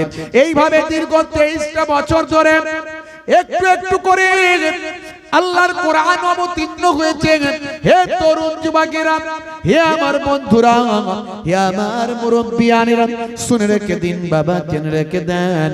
হে মুসলমান, একটুখানি লক্ষ্য করুন। এর জন্য আল্লাহ রাব্বুল আলামিন বলছেন, আমি আল্লাহ কোরআন মাজিদ নাজিল করেছি, আর এই কোরআন মাজিদ রক্ষার দায়িত্বটা, হেফাজতের দায়িত্বটা আমি আল্লাহ নিজে গ্রহণ করেছি। জোরে হবে না? একজন অমুসলিম হিন্দু ভাই, আমি এই কবিতাটা প্রায় বলি, আপনারা জানেন, অনেকে শুনেছেন। বাংলাদেশের একজন অমুসলিম হিন্দু ভাই, নাম হলো মিস্টার নকুল কুমার বিশ্বাস। তিনি এই ওয়াসিম সরকারদের মতো মানুষদেরকে, ওয়াসিম রেজভিদের মতো মানুষদেরকে বলছে, তোমরা যে কোরআনের পেছনে লেগেছো, কোরআন সম্পর্কে তোমাদের কিছু জ্ঞান আছে? অসীম সরকারের কোয়ালিফিকেশন তো সোশ্যাল মিডিয়ায় ঘুরছে, দেখলাম 4 পাস। একটা 4 পাস লোক আর কতটুকু বুঝবে যে কোরআন মাজিদকে সামনে রেখে বিশাল বিশাল ইনস্টিটিউট তৈরি হয়েছে, বিশাল বিশাল শিক্ষা প্রতিষ্ঠান তৈরি হয়েছে, জামে আজহার তৈরি হয়েছে, দারুল উলুম দেওবন্দ তৈরি হয়েছে, ফুরফুরা ফাতিহা তৈরি হয়েছে, ভাইরা আমার নাদওয়াতুল উলামা তৈরি হয়েছে। কোরআন মাজিদকে আপনি যদি ভালো করে দেখেন, আপনি সায়েন্সের দৃষ্টিকোণ দিয়ে যদি দেখেন, দেখবেন এটা একটা বিজ্ঞানের কিতাব। যদি আপনি দর্শনের দৃষ্টিকোণ দিয়ে দেখেন, দেখবেন এটা একটা ফিলোসফি, একটা দর্শনের কিতাব। হিস্টোরিয়ান যদি আপনি হয়, ঐতিহাসিক একজন ইতিহাসের গ্রন্থ দেখবেন। যদি আপনি সাহিত্যের কোনো ব্যক্তি হন, আপনি দেখবেন এর মধ্যে সাহিত্যে খুঁজে পাবেন। আপনি যদি কবি হন, আপনি দেখবেন কবিতা পাবেন। ইন্না আতাইনাকাল কাউসার ফাসাল্লি লিরাব্বিকা ওয়ানহার ইন্না সানিয়াকা হুয়াল আবতার। কবিতা ছন্দ আছে না নাই? এরকম হাজারো আপনি দৃষ্টিকোণ দিয়ে দেখলে পাবেন। ভাইরা আমার, ইজা শামসু কুবিরাত ওয়া ইজান নুজুমুন কাদারাত ওয়া ইজাল জিবালু সুয়িরাত ওয়া ইজাল ইশারু উত্তিলাত ওয়া ইজাল উহুশু হুশিরাত ওয়া ইজাল বিহারু সুজ্জিরাত ওয়া ইজান নুফুসু যুওয়াজাত ওয়া ইজাল মাউদাতু সুইলাত বিআইয়ি যামবিন কুতিলাত। কবিতার ছন্দ আছে না নাই? পাবেন আপনি। একজন যদি অলংকারিক গ্রামাটিক্যাল জ্ঞান যার আছে, হে তরুণ যুবকেরা, সে তার দৃষ্টিকোণ দিয়ে যদি দেখেন, কোরআন মাজিদটা দেখতে পাবেন অলংকারে পরিপূর্ণ, ছন্দে পরিপূর্ণ, অলংকারের ভিতরে পরিপূর্ণ। হে তরুণ যুবকেরা, বিভিন্ন একজন গণিতিক মানে গণিত শাস্ত্রে বিজ্ঞ, তিনি তার দৃষ্টিকোণ দিয়ে দেখলে দেখবেন কোরআন মাজিদের মধ্যে এত সুন্দর হিসাব নিকাশের কথা আছে, তিনি পড়ে অবাক হয়ে যাবেন, বলবেন হায় রে, গণিতের সূত্রগুলো সব এখানে লিপিবদ্ধ আছে। হে যুবকেরা, হে আমার বন্ধুরা, হে আমার মুরব্বিয়ানেরা, এর জন্য কোরআন মাজিদ পৃথিবীর শুধু মুসলমানেরা নয়, অমুসলিমেরাও ভালোবাসে। কোরআন মাজিদ শুধু মুসলমানদের ধর্মগ্রন্থ নয়, এটা সারা পৃথিবীর জন্য এসেছে। আর নবী শুধু মুসলমানদের নবী নয়, বিশ্ব নবী সারা কুল কায়নাতের জন্য নবী। জোরে বলেন সুবহানাল্লাহ। কে মানলো কে মানলো না সেটা বড় কথা নয়। হাজারো মানুষ, কোটি কোটি মানুষ যারা মুসলিম নয়, অথচ নবীকে ভালোবাসে, কোরআন ভালোবাসে। আমি একজন মুসলিম, অ্যাজ এ মুসলিম হিসাবে আমি কিন্তু অন্য ধর্মকে ভালোবাসি, সম্মান করি। আমি গীতাকে ভালোবাসি, I love Gita, I love Tripitaka. আমি ত্রিপিটককে ভালোবাসি, জিন্দাবেদকে ভালোবাসি, বাইবেলকে ভালোবাসি। হে তরুণ যুবকেরা, আমি স্বামী বিবেকানন্দজিকে ভালোবাসি, রামকৃষ্ণ পরমহংসদেবকে ভালোবাসি, পুরুষোত্তম শ্রীরামকে ভালোবাসি, আমি ভাই আমার রাজা রামমোহন রায়কে ভালোবাসি, মাদার টেরেসাকে ভালোবাসি, আমি ঈশ্বরচন্দ্র বিদ্যাসাগরকে ভালোবাসি। তার মানে এই নয় আমার ধর্মটা ধ্বংস হয়ে গেল, আমি ইসলাম থেকে বাদ চলে গেলাম, এমন কিছু ব্যাপার নয়। এটা কেবলমাত্র যারা সংকীর্ণ মানসিকতার মানুষ, যারা আত্মকেন্দ্রিক, যারা নিজেদেরকে সংকোচন করেছে, তারা এই সব চিন্তা ভাবনা নেবে। কথা ঠিক না ভুল বলে? তেমন একজন বাংলাদেশের অমুসলিম হিন্দু ভাই, যার সঠিক ধারণা আছে, যিনি একজন প্রকৃত সনাতনী, রামকৃষ্ণের আদর্শে বিশ্বাসী, স্বামী বিবেকানন্দজির আদর্শে বিশ্বাসী। হে তরুণ যুবকেরা, তার নাম হলো মিস্টার নকুল কুমার বিশ্বাস। আমি এই কবিতাটা বারবার আপনাদের মাঝখানে বলেছি, আজও বলে যাচ্ছি। এই ওয়াসিম সরকারদের মতো মানুষদেরকে উদ্দেশ্য করে তিনি লিখেছেন, হে দুনিয়ার মানুষ শোনো, যারা কোরআনের বিরুদ্ধে শত্রুতা করো, তোমাদের কোরআনের প্রতি কতটা জ্ঞান তোমাদের আছে তোমরা জানো না। কোরআনের সীমা পরিসীমা, যদি আগুন লেগে ধ্বংস হয়ে যায়, ধ্বংস হয়ে যায় পৃথিবীর সব বইয়ের দোকান, তবু বিশ্ব থেকে হারাবে না পবিত্র কোরআন। জোরে হবে না? করবে কেমন করে কোরআন ধ্বংস আগুনের তেজ, করবে কেমন করে কোরআন ধ্বংস আগুনের তেজ। আছে বিশ্বে ভরা অগণিত কোরআনে হাফেজ, তারা ছাপি আসমানি গ্রন্থ, তারা ছাপিয়ে আসমানি গ্রন্থ, বাঁচাবে ইসলামের সম্মান, তবু বিশ্ব থেকে হারাবে না পবিত্র কোরআন। আমার কথা নয়, এটা একজন অমুসলিম হিন্দু ভাইয়ের কথা। বুঝতে পারছেন? বড় বড় অথার পণ্ডিতেরা আমার নবীর সম্পর্কে কথা বলেছে। ঐতিহাসিক হিস্টোরিয়ান স্মিথ বলেছেন, by a fortune absolutely unique in history, ইতিহাসের বিরল চরিত্র হলো প্রফেট মুহাম্মদুর রাসূলুল্লাহ। জোরে বলুন সুবহানাল্লাহ। এনসাইক্লোপিডিয়া, বিশ্বকোষ, সারা পৃথিবীর মানুষ চেনে। সেই বিশ্বকোষের রাইটার বলছেন, মুহাম্মদ সাল্লাল্লাহু আলাইহি ওয়াসাল্লাম has been the most practical and most successful of all prophets. জোরে বলুন সুবহানাল্লাহ। মুহাম্মদ সাল্লাল্লাহু আলাইহি সাল্লাম একজন অতি বাস্তববাদী এবং অতি সফলকামী, সমস্ত প্রফেটদের থেকে, সমস্ত মনীষীদের থেকে, সমস্ত নবীদের থেকে। জোরে বলুন সুবহান। জোরে হবে না? সেই নবীর সম্পর্কে কত Michael heart, Michael H heart, আপনি গুগল সার্চ করুন পেয়ে যাবেন মাইকেল হার্টের নাম। পৃথিবী বিখ্যাত রাইটার। তিনি একটা গ্রন্থ লিখলেন, গ্রন্থটার নাম হলো দা 100। 100 জন পৃথিবীর সেরা সেরা মনীষীদের নামের তালিকা তৈরি করলেন। তাদের শর্ট বায়োগ্রাফিক্যাল অ্যাকাউন্ট, তাদের শর্ট লাইফ হিস্ট্রি তিনি তুলে ধরলেন তার গ্রন্থে। তিনি চিন্তা করলেন, আমি 1 নম্বরে কার নাম দেব? হে তরুণ যুবকেরা, হে আমার বন্ধুরা, শুনে রেখে দিন বাবা, জেনে রেখে দেন। তিনি চিন্তা করলেন, আমি 1 নম্বরে কার নাম দিয়ে শুরু করব? কারণ সবাই তো পৃথিবীর বা আমার বিখ্যাত বিখ্যাত মনীষী। আমি 100 জন মনীষীর নামের লিস্ট, নামের তালিকা তৈরি করেছি। 1 নম্বরে কার নামটা আমি দেব? হে তরুণ যুবকেরা, হে আমার বন্ধুরা, শুনে রেখে দেন, জেনে রেখে দেন। এমন সময় দেখতে পাওয়া যায় মাইকেল হার্ট চিন্তা করলেন, আমি একজন মানুষের নামের তালিকা একজন মানুষকে দিয়ে শুরু করি, যিনি 1450 বছর আগে পৃথিবীর বুকে এসেছেন, কিন্তু তার বাণীটা আজও পৃথিবীর মানুষের কাছে গ্রহণীয়, আরো আজও পৃথিবীর মানুষের কাছে গ্রান্টেড।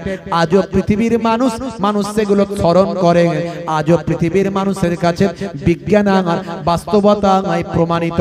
1450 বছর আগে যিনি এসেছেন, তার একটা কথাও আজকে অবৈজ্ঞানিক, অবাস্তবিক বলে কেউ প্রমাণ করতে পারে না। এমন মানুষকে আমি পেয়েছি, সেই মানুষটার নাম দিয়ে প্রথম শুরু করি, মাইকেল হার্ট। 100 জন সেরা সেরা মনীষীর নাম লিপিবদ্ধ করেছিলেন দা 100-এ। তার মধ্যে 1 নম্বরে নামটা আছে আপনার আমার নবীর জনাবি মুহাম্মদ সাল্লাল্লাহু আলাইহি ওয়াসাল্লাম। জোরে হবে না? সেই নবী আপনাকে আমাকে সৎ অনেস্ট মানুষ বানানোর জন্য কত কষ্ট করেছেন। হে তরুণ যুবকেরা, ন্যায়কে প্রতিষ্ঠা করার জন্য তারা যখন অন্যায়ের উপর অন্যায়কে সাপোর্ট করছে, ন্যায়কে ধূলিসাৎ করে দিতে চায়, সৎ অনেস্ট, নম্রতা, ভদ্রতা, ন্যায়পরায়ণতা, এগুলোকে যখন তারা ধ্বংস করতে চায়, তখন আল্লাহর নবীকে রুখে দাঁড়াতে হয়েছে। নবীর সাহাবায়ে কেরামেরা তখন প্রতিরোধ করেছেন। প্রতিরোধ করতে গিয়ে যুদ্ধ হয়েছে। আল্লাহর প্রতি অবিচল বিশ্বাস আর নবীর প্রতি অকুণ্ঠ ভালোবাসা তাদের হৃদয়কে শক্তিশালী করেছে। মুখেতে আল্লাহু আকবারের ধ্বনি, হাতে নিয়েছেন তলোয়ার। এইভাবে তারা লড়াই করেছেন। আল্লাহর ইচ্ছায় তারা অল্প হলেও আল্লাহ তাদের বিজয়টা দান করিয়েছে। কিন্তু ইসলামে কোন যুদ্ধ আগে বেড়ে যুদ্ধ নয়, আগে বেড়ে কোনো যুদ্ধ নাই। প্রত্যেকটা যুদ্ধ হলো প্রতিরোধমূলক যুদ্ধ। জোরে বলুন সুবহান। বন্ধুরা আমার, তরুণ যুবকেরা আমার, হে আমার মুরব্বিয়ানিরা, হে যুবকেরা, শুনে রেখে দিন বাবা, জেনে রেখে দেন। হে মুসলমান, একটু লক্ষ্য করুন। 1450 বছর আগে আল্লাহর নবী কত কষ্ট করেছেন, কত মেহনত করেছেন, কত ত্যাগ স্বীকার করেছেন, কত জালেমদের দ্বারাই তিনি জুলুমের শিকার হয়েছেন, কত সাহাবাই কেরামকে নিরীহ মানুষকে তারা হত্যা করেছে, শহীদ করে দিয়েছেন, কত নিরীহ মানুষকে মেরে ফেলেছে। বাবা হে তরুণ যুবকেরা, আল্লাহর নবী প্রতিরোধ করেছেন। এইভাবে ইসলাম প্রতিষ্ঠিত হয়েছে, এইভাবে দিন ছড়িয়ে পড়েছে। আল্লাহর নবী ন্যায় বিচার দিয়েছেন, মানুষের অধিকারের কথা তুলে ধরেছেন, মানুষের ন্যায় পরায়ণতার কথা তুলে ধরেছেন। আল্লাহর নবী শক্তি সাহস আল্লাহর নবী ভায়ামা আর মানুষের কাছে প্রকাশ ঘটিয়েছেন। হে তরুণ যুবকেরা, হে আমার বন্ধুরা, আজও দেখবেন যাদের ক্ষমতা আছে তারা ক্ষমতার অপব্যবহার করছে। আজও দেখবেন আপনি মাতসানায় বাইরে আমার বড় শক্তি ছোট শক্তিকে তারা গ্রাস করে নিচ্ছেন। বড় বড় পাওয়ারফুল বাবা যারা শক্তিশালী তারা ছোট ছোট পাওয়ারফুল ছোট ভাই আমার ছোট মানুষগুলোকে তারা আত্মসাৎ করে ফেলছে, ধ্বংস করে দিচ্ছে। এর নমুনা ইতিহাসের শুরু থেকেই আছে। ভেনেজুয়েলা বলে একটা দেশ আছে, আফ্রিকার একটা দেশ ভাইরা আমার, ভেনেজুয়েলা বলে একটা দেশ। আপনারা দেখেছেন গত দুদিন আগে, হে তরুণ যুবকেরা, আমেরিকা এই দেশটায় আক্রমণ করেছে। আমেরিকা এই দেশটায় আক্রমণ করে ভেনেজুয়েলাকে পতন ঘটিয়েছে। ভেনেজুয়েলার প্রেসিডেন্ট মাদুরাইকে তারা বায়ামার এবং তার স্ত্রীকে বায়ামার গ্রেফতার করেছে। হে যুবকেরা, একজন স্বাধীন দেশের স্বাধীন রাষ্ট্রনায়ককে অন্যায়ভাবে নিজের ক্ষমতা থাকার কারণে তাদেরকে এভাবে বায়ামার অ্যাটাক করা, এভাবে একটা দেশকে ধ্বংস করা, এভাবে একটা দেশের প্রেসিডেন্টকে বন্দী করা, এটা গণতন্ত্রের বাইরে, এটা সংবিধান বহির্ভূত কাজ। কিন্তু পৃথিবীর সবাই এখন চুপ করে আছে। আমেরিকা করেছে তাই, পৃথিবীর দাদা করেছে না, দাদার ক্ষমতা আছে, দাদা করেছে। বুঝতে পারছেন? এইটা চলতে শুরু করেছে। একদিকে আমরা দেখেছি ভাইরা আমার, ওই মধ্যপ্রাচ্যের জালেমেরা একটা ছোট্ট মুসলিম দেশ, তাদের 70,000 মানুষকে তারা শহীদ করে দিয়েছে। আপনারা জানেন, যার ক্ষমতা আছে ক্ষমতার অপব্যবহার। রাশিয়া ইউক্রেনের কথা আপনারা জানেন। আজকে ভেনেজুয়েলা তাকে ধ্বংস করতে চলেছে আমেরিকা। বন্ধুরা আমার, তরুণ যুবকেরা আমার, গণতন্ত্রের বাইরে, সংবিধানের বাইরে, এটা কখনো সংবিধান স্বীকৃত নয়। জাতিসংঘ আজকে চুপ করে আছে, রাষ্ট্রপুঞ্জ চুপ করে আছে, পৃথিবীর বড় বড় দেশগুলো চুপ করে আছে। কিন্তু একটা দেশের সঙ্গে আরেকটা দেশের যখন গোলামি করছে না, ভেনেজুয়েলা চোখে চোখ রেখে কথা বলতো মাদুরাই ভাই আমার, ভেনেজুয়েলার প্রেসিডেন্ট, একটা ছোট্ট দেশ, স্বাধীন দেশ, স্বয়ং সম্পূর্ণ দেশ, সে যখন চোখে চোখ রেখে আমেরিকার সঙ্গে কথা বলতো, আমেরিকার বরদাস্ত করলো না। বুঝতে পারছেন? আল্লাহর নবী এই অন্যায়ের বিরুদ্ধে কথা বলেছিলেন। মাইট ইজ রাইট, জোজ্জার মুল্লুক তার চলবে না। সকলের সমতা দিতে হবে, সবাই সমান। সাম্যবাদ 1450 বছর আগে আমার নবী কায়েম করেছেন। কি ব্যবহার দেখিয়েছেন। হে তরুণ যুবকেরা, হে আমার বন্ধুরা, পৃথিবীর বড় বড় মাতার পণ্ডিতেরা আল্লাহর নবীর চরিত্রে তারা মুগ্ধ হয়েছে। নবী 1450 বছর আগে যা বলেছেন, আজকের যুগে মানুষ মুগ্ধ হয়েছে। কেসিয়াস কেলে থেকে Tyson, Gary Miller, Jennifer Michael Jackson, হে তরুণ যুবকেরা, মিস্টার ডিউ ডেভিস থেকে মিস্টার ব্রেইন, পৃথিবীর বড় বড় অথার পণ্ডিতেরা তারা আমার নবীর কথাতে মুগ্ধ হয়েছে, তারা বিশ্ব নবীর চরিত্রে মুগ্ধ হয়েছে, তারা অবাক হয়ে গিয়েছে, তারা দয়ার নবীর শিষ্যত্ব গ্রহণ করেছে।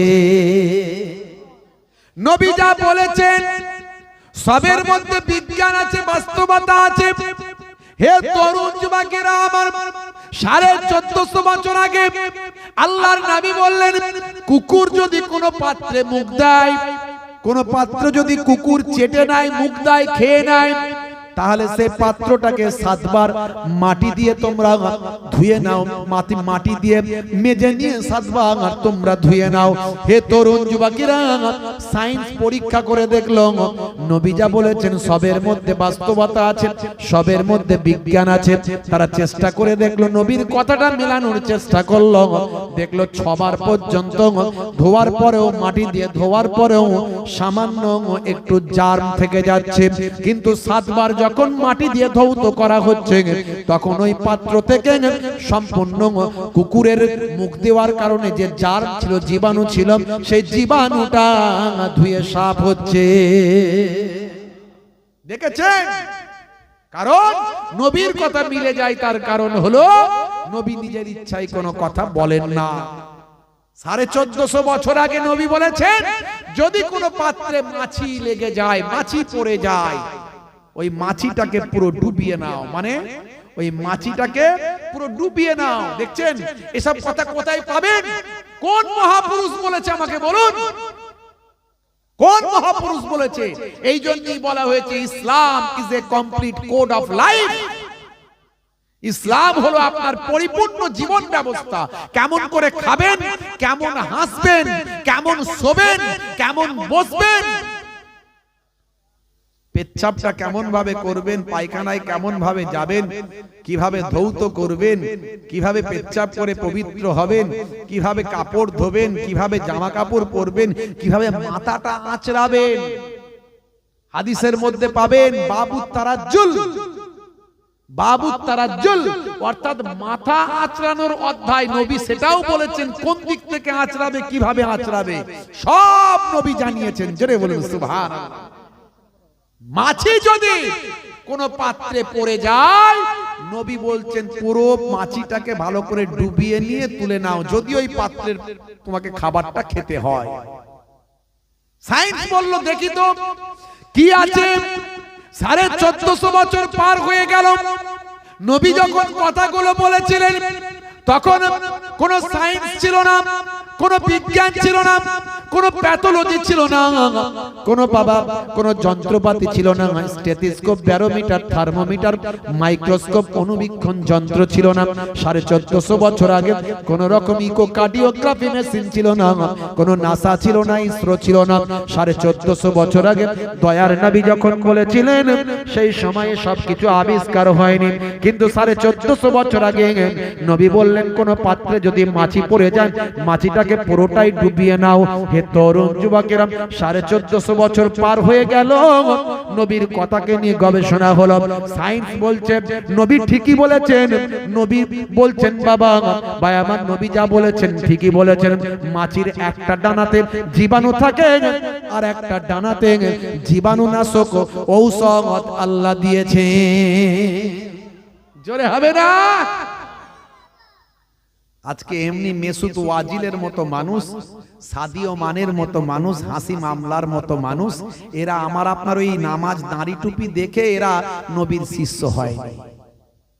আমাদের তো মুসলমান 100 জনের মধ্যে 5 ওয়াক্ত নামাজ মনে হয় 90 জন পড়ে না। আমি কি কথাটা ভুল বলছি ভাই? হ্যাঁ বলে। ইমাম সাহেবকে জিজ্ঞাসা করেন ফজরের নামাজে কজন, বলছে আমি আর মুয়াজ্জিন 2 জন। বুঝতে পারছেন? কতগুলো বুড়ো মানুষ, মুরব্বী মানুষ আসে হুজুর, কিন্তু যা ঠান্ডা পড়েছে তারা আবার হাঁপানি কাশানি রুগী সব, তারা আর আসতে পারে না, ঘরেই পড়ে। হ্যাঁ, আর যুবক ছেলেরা কোনটা দিয়ে আজান হয় আর কোনটা দিয়ে যায় ওরা টেরই পায় না, খবরই পায় না। ওরা তো রাত্রে 1টা-2টো পর্যন্ত ফ্রি ফায়ার পাবজি খেলে, ওই খেলে টেলে ঠিক টাইমে ওদের আজানের টাইমে ঘুমটা আসে। কথা ঠিক না ভুল বলেন? হ্যাঁ। তাহলে আমাদেরকে দেখে নিশ্চয় কেসিয়া স্কেলের মতো বিশ্ব হেভিওয়েট 3 বার চ্যাম্পিয়ন, পৃথিবী বিখ্যাত মানুষ মাইকেল জ্যাকসন, পপ তারকা, যিনি মারা যাওয়ার পরে গুগলে এত সার্চ হয়েছিল মাইকেল জ্যাকসনকে নিয়ে, যে গুগলের সার্ভার পৃথিবী থেকে 4 ঘন্টার জন্য হারিয়ে গিয়েছিল। গুগল খুঁজে পাওয়া যায় না পৃথিবীতে। সেই মাইকেল জ্যাকসন মারা যাওয়ার আগে বুঝেছিল, সব শাস্ত্র পড়েছিল, সব ধর্মগ্রন্থ পড়েছিল, শেষে কোরআন পড়ে বিশ্ব নবী পড়ে বিশ্ব নবীকে জেনে দয়ার নবীর শিষ্য হয়ে মিকাইল নাম নিয়েছিল। জোরে হবে না? এমনি নয়, আমাকে আপনাকে দেখে তারা বিশ্ব নবীর শিষ্য হয়নি। যদি আমাকে আপনাকে দেখতো তারা আমার আপনার থেকে ইসলাম থেকে দূরে সরে চলে যেত। এখন আমার অমুসলিম হিন্দু খ্রিস্টান জৈন বৌদ্ধ আমাদেরকে দেখে আর দেখে বলে এই হলো মুসলিম, দেখো এই হলো মুসলিম। না নামাজ পড়ে, না ভালো কাজ করে, না সত্য কথা বলে, না ভালো ভালো কাজ করে, ভাই আলছেটে বাড়াচ্ছে, ওজনে ঠকাচ্ছে, 2 নম্বরি করছে, চিটিংবাজি করছে, তাস খেলছে, জুয়া খেলছে, পেচ্ছাপ করে পবিত্র হয়নি, আর কত রকমের অন্যায় যে করছে তার কোনো ঠিক নাই। এই আমাদেরকে দেখে এখনকার সমাজের হিন্দু খ্রিস্টান জৈন বৌদ্ধ বলে এই হলো মুসলিম। আসলে ঠিকই বলেছে, এটা মুসলিম, এটা মুসলিম নয়, এটা মুসলিম নয়, এটা মুসলিম, এটা মুসলমান, এটা মুসলমান নয়। ঠিকই বলেছে, এটা মুসলমান। যদি মুসলমান দেখতে হয় তাহলে বই পড়তে হবে, আবু বকর সিদ্দিককে দেখতে হবে, ওমর ফারুককে দেখতে হবে, হযরত আলীর জীবনী পড়তে হবে, হযরত শেরে খোদার কথা পড়তে, শেরে খোদা আলীর কথা পড়তে হবে, হযরত খাজা গরিব নওয়াজের জীবনী জানতে হবে, পীর আবু বকর সিদ্দিকের জীবনী জানতে হবে। ওরা হচ্ছে মুসলমান। তা বলে আমি সবাইকে খারাপ বলছি তা নয়, এমন সমাজে অনেক ভালো মানুষ আছে, নাই তা নয়। ভাইরা আমার, তরুণ যুবকেরা, হে তরুণ যুবকেরা, হে আমার বন্ধুরা, শুনে রেখে দিন বাবা, জেনে রেখে দেন, হে মুসলমান, আমার আপনার নবী কতটা কষ্ট করেছেন এই সততা, নম্রতা, ভদ্রতা, এই ন্যায়পরায়ণতা, এই ভাই আমার অন্যায়ের বিরুদ্ধে ভাই আমার রুখে দাঁড়ানো, অন্যায়ের বিরুদ্ধে প্রতিবাদ করা, সারা পৃথিবীর মানুষকে শান্তি বজায় রাখা, একটা সৎ অনেস্ট একটা মানুষের জীবন চরিত্র তৈরি করা, এই ভাই আমার পৃথিবীর মানুষকে শান্ত রাখা, এর জন্য নবী আমার কতটা ত্যাগ স্বীকার করেছে। আপনার মাথায় ঢুকিয়ে দিয়েছে মিডিয়া, এই মুসলমানরাই তো সবচেয়ে খারাপ কাজ করছে, অন্যায় কাজ করছে। হ্যাঁ, ঢুকিয়ে দিয়েছে না, দেয়নি? বলছে তত অন্যায় নাকি মুসলমান লিপ্ত। হ্যাঁ, কিছু অন্যায় লিপ্ত আছে যারা ওই মুসলমান নয়, ওরা মুসলমান, ওরা কিছু অন্যায় করছে, কিন্তু সব অন্যায় মুসলমানরাও করে না। পৃথিবীতে সবচেয়ে বেশি হত্যাকারীদের তালিকা যদি দেখেন, মুসলমানদের নাম পাবেন না। এই ভারতবর্ষে তো মোগলরা আপনার ওই কি বলে সুলতানরা রাজত্ব করেছে প্রায় 800 বছর, কম বেশি 800 বছর রাজত্ব করেছে, কিন্তু আপনি তালিকায় পাবেন না লক্ষ লক্ষ মানুষকে হত্যাকারীদের তালিকায় এই মোগল সুলতানদের নাম পাবেন না। তারাও যুদ্ধ করেছে, মানুষকে বাঁচিয়ে রাখার চেষ্টা করেছে, যুদ্ধ করেছে, যুদ্ধের ময়দানে যুদ্ধে লড়াই করে সুকৌশলে জেতার চেষ্টা করেছে। কিন্তু হিটলারকে আপনি যদি দেখেন, হিটলারের ইতিহাস যদি পড়েন দেখবেন লক্ষ লক্ষ মানুষকে হত্যা করেছে। মুসোলিনি আপনি যদি পড়েন, মুসোলিনির কথা পাবেন আপনি। আপনি মাও সেতুং এর কথা যদি পড়েন পাবেন আপনি। আপনি যদি সেখানে পান, আপনি যদি পড়েন, আপনি সেখানে সম্রাট অশোকের কথা যদি পড়েন দেখবেন লক্ষ লক্ষ মানুষ তাদের দ্বারা হত্যা হয়েছে। এরকম পৃথিবীতে অনেক আছে, কিন্তু মুসলমানের নাম আপনি সেভাবে পাবেন না। আপনি ভাই আমার ওই যে কি বলবো, আরো সব অনেক চেঙ্গিস খান থেকে শুরু করে আরো অনেক আছে, এরা কেউ মুসলমান ছিল না।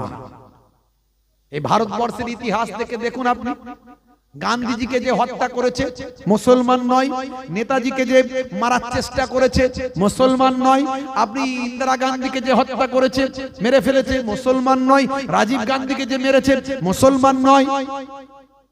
দেখুন আপনি, বরং নেতাজিকে বাঁচানোর জন্য যে গুলি খেয়েছে তার নাম হলো কর্নেল নিজামউদ্দিন, সে একজন মুসলমান।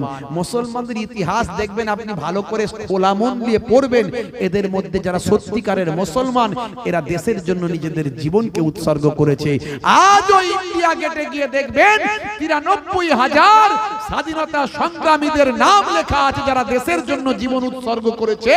তার মধ্যে ভাই আমার কিছু কম বেশি 63,000 মুসলমানের নাম আছে, সবচেয়ে বেশি মুসলমানের নাম আছে, জোরে বলুন সুবহান। এই মুসলমানদের দেশপ্রেম নবী শিখিয়েছে। হুব্বুল ওয়াতানে মিনাল ঈমান, দেশ প্রেম হলো ঈমানের অঙ্গ।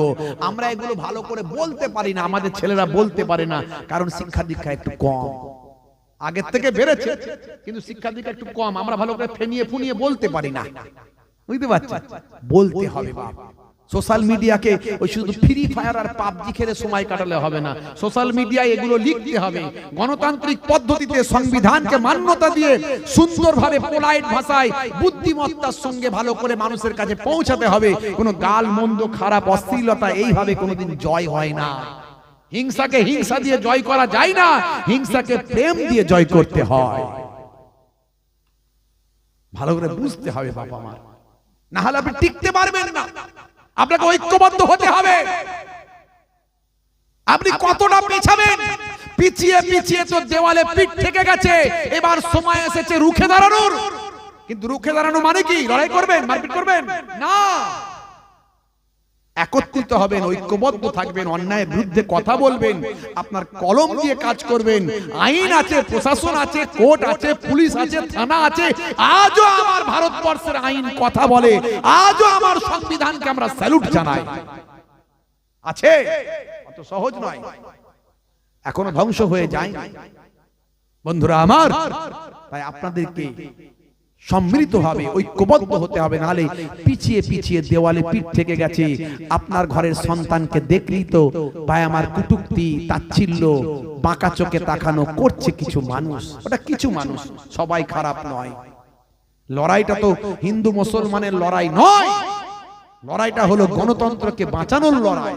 কিছু মানুষ চেষ্টা করছে এটাকে হিন্দু মুসলমানের লড়াইয়ে রূপ দেওয়ার, কিন্তু মাথায় রাখবেন 26,000 যে চাকরি গেল তার মধ্যে সবচেয়ে বেশি হিন্দুদের চাকরি গেছে।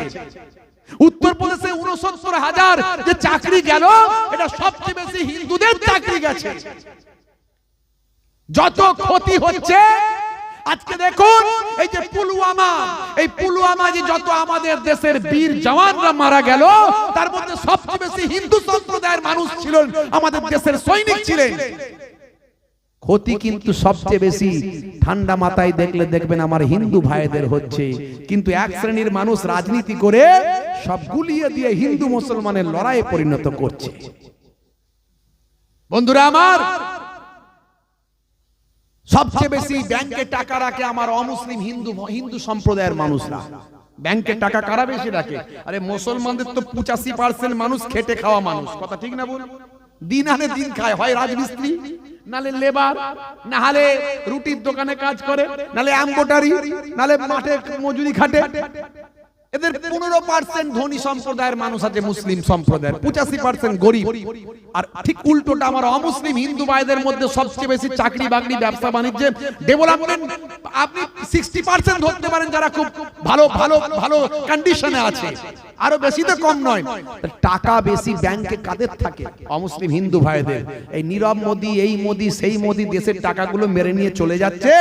এই ঋণগুলো মকুব হচ্ছে, কাদের ঘাড়ে যাচ্ছে?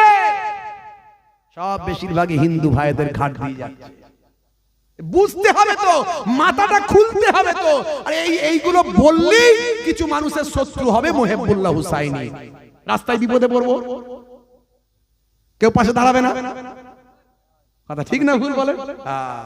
কিন্তু বাপ বলতেই হচ্ছে দেশের স্বার্থে, আমার সংবিধানকে বাঁচানোর স্বার্থে, আমার দেশকে রক্ষা করার স্বার্থে, আমার বি.আর. আম্বেদকরের সেই ভাই আমার যে আমাদের রক্ষা কবচ, তিনি ভারতবর্ষের আত্মা তৈরি করে দিয়েছে। আচ্ছা দেখুন, সারা ভারতবর্ষের বিভিন্ন জায়গায় দেখুন শান্তিতে নাই। মণিপুরের দিকে তাকিয়ে দেখুন, তামিলনাড়ুতে তাকিয়ে দেখুন, আপনি এদিক ওদিক করে তাকিয়ে দেখুন, ভাইরা আমার শান্তিতে কিন্তু নাই।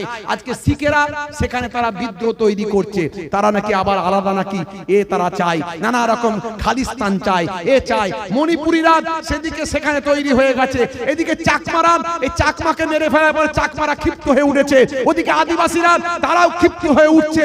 আস্তে আস্তে দেখুন কোন দিকে যাচ্ছে। ভারতবর্ষের ভবিষ্যৎ কিন্তু এভাবে চলতে শুরু করলে কিন্তু খারাপের দিকে আগামী দিন যাবে। যা ইতিহাস আমরা পড়েছি, সেই ইতিহাসের আবার পুনরাবৃত্তি কিন্তু ঘটে না যায়, সে নিয়ে ভয় পাচ্ছি আমরা। কেউ বাঁচবো না, এতে কেউ ভালো থাকবো না। এই জন্য আমরা কথাগুলো বলছি।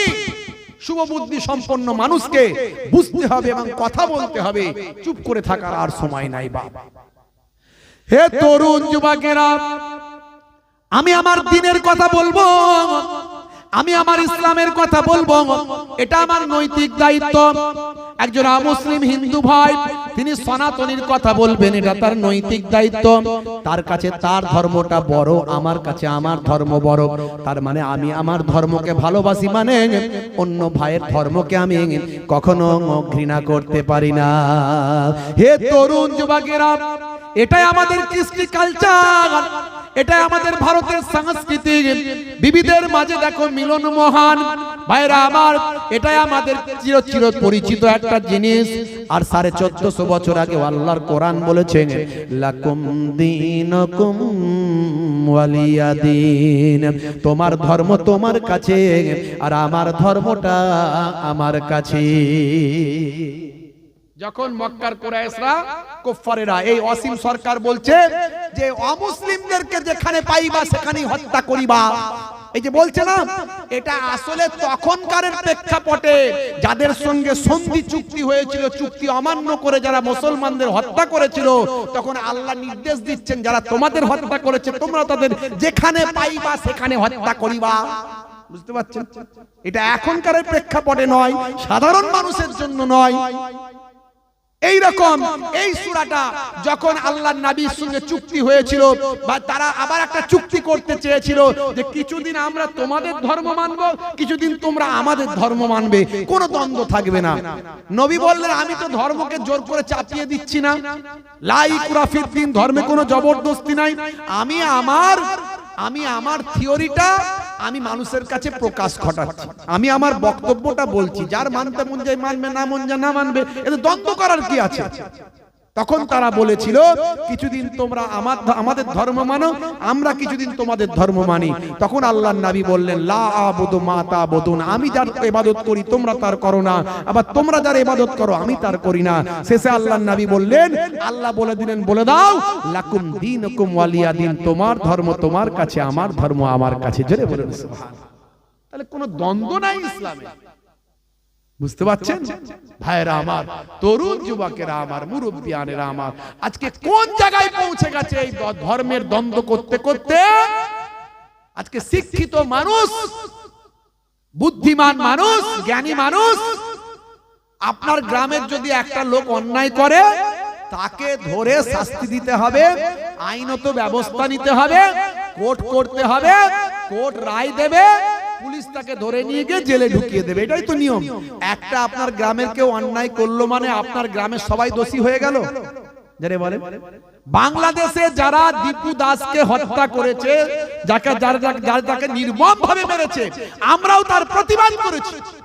শুধু আমরা আফরাজুলের বেলায় প্রতিবাদ করি তা নয়, আমরা শুধু ওই জুয়েল রানার বেলায় প্রতিবাদ করি তা নয়, আমরা আখলাক জুনায়েদের বেলায় প্রতিবাদ করি তা নয়, আমরা দীপু দাসের বেলাতেও প্রতিবাদ করেছি, আজও করে যাচ্ছি।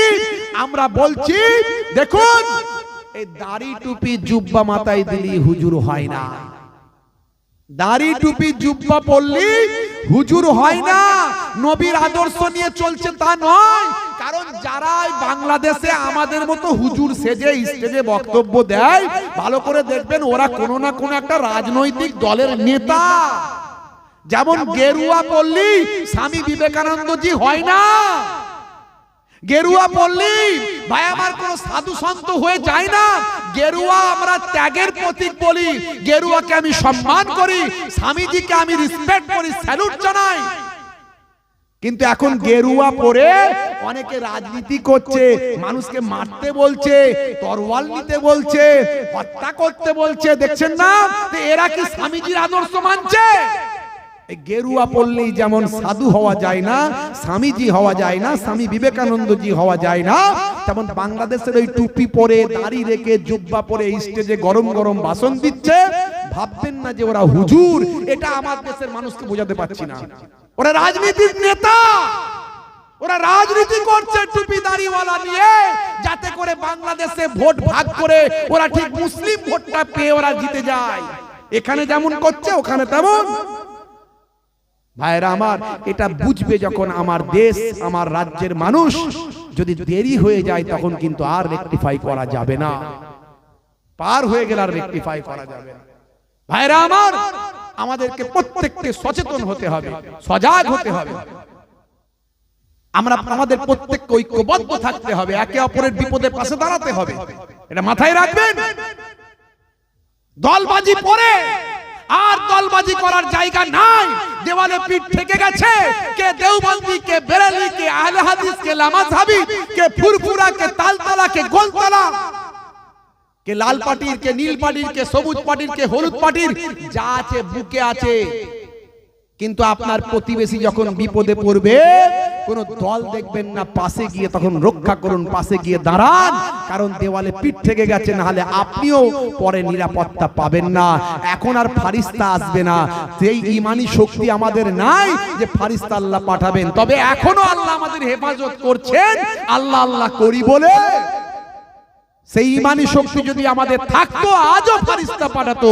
আপনি নামাজি হয়ে যান, আপনি নবীর সুন্নতওয়ালা হয়ে যান। পাকাল মাছ দেখবেন কাদায় থাকে, থাকে না? থাকে না? গায়ে কাদা লাগে কি? লাগে না। আপনি পবিত্র হন না, কে খারাপ কে মন্দ দেখার দরকার নাই। আপনি আজ থেকে ঠিক করুন, আমি মিথ্যা কথা বলবো না, আমি চিটিংবাজি করব না, আমি ওজনে ঠকাবো না, আলছেটে বাড়াবো না, আমি মানুষের ক্ষতি করব না, আমি আমার মুখ দিয়ে কাউকে দুঃখজনক কথা বলবো না, আমি নামাজ ছাড়বো না, রাসূলের সুন্নাত ছাড়বো না, আমি আমার মতো চলি। দেখুন আপনার দোয়াটা আল্লাহর আরশে কবুল হয়ে যাবে। কিতাবের মধ্যে আছে মাল্লাহুল মাওলা ফালাহুল কুল। বান্দা যখন আল্লাহর হয়ে যায়, কুল মাখলুকাত তার গোলাম হয়ে যায়। আল্লাহর গায়েবী মাদাদ আছে। নবীর যুগে ফারিস্তা এসে নবীকে সাহায্য করতেন, নাহলে নবীর দ্বারাই সম্ভব ছিল না। একজন মানুষ, অনলি ওয়ান ম্যান আর্মি, একজন ব্যক্তি সারা আরবকে পরিবর্তন করলেন, তারপরে সারা আরব থেকে সারা বিশ্বে ছড়িয়ে গেল। আজকে সেই বার্তা চলছে।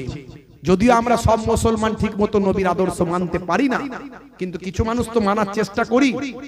অন্তত 40%, 50%, 60%, 70% তো মানার চেষ্টা করি। আজও দেখবেন কোন নামাজি দাড়িওয়ালা জুব্বাওয়ালা মানুষকে মদের দোকানে লাইন লাগাতে দেখবেন না, পাবেন? পাবেন না। আজও দেখবেন রমজান মাসে আমাদের ঘরের ছেলেগুলো সব ভালো হয়ে যায়। অন্য সময় একটু গন্ডগোল করলেও, একটু পাপ, একটু অপরাধ, অন্য গন্ডগোলে রমজান মাসে দেখবেন সব সৎ হয়ে যাচ্ছে। এর দ্বারা কিছুটা কাজ হচ্ছে, শুধু রমজান মাসে হলে হবে না, 12 মাস হতে হবে।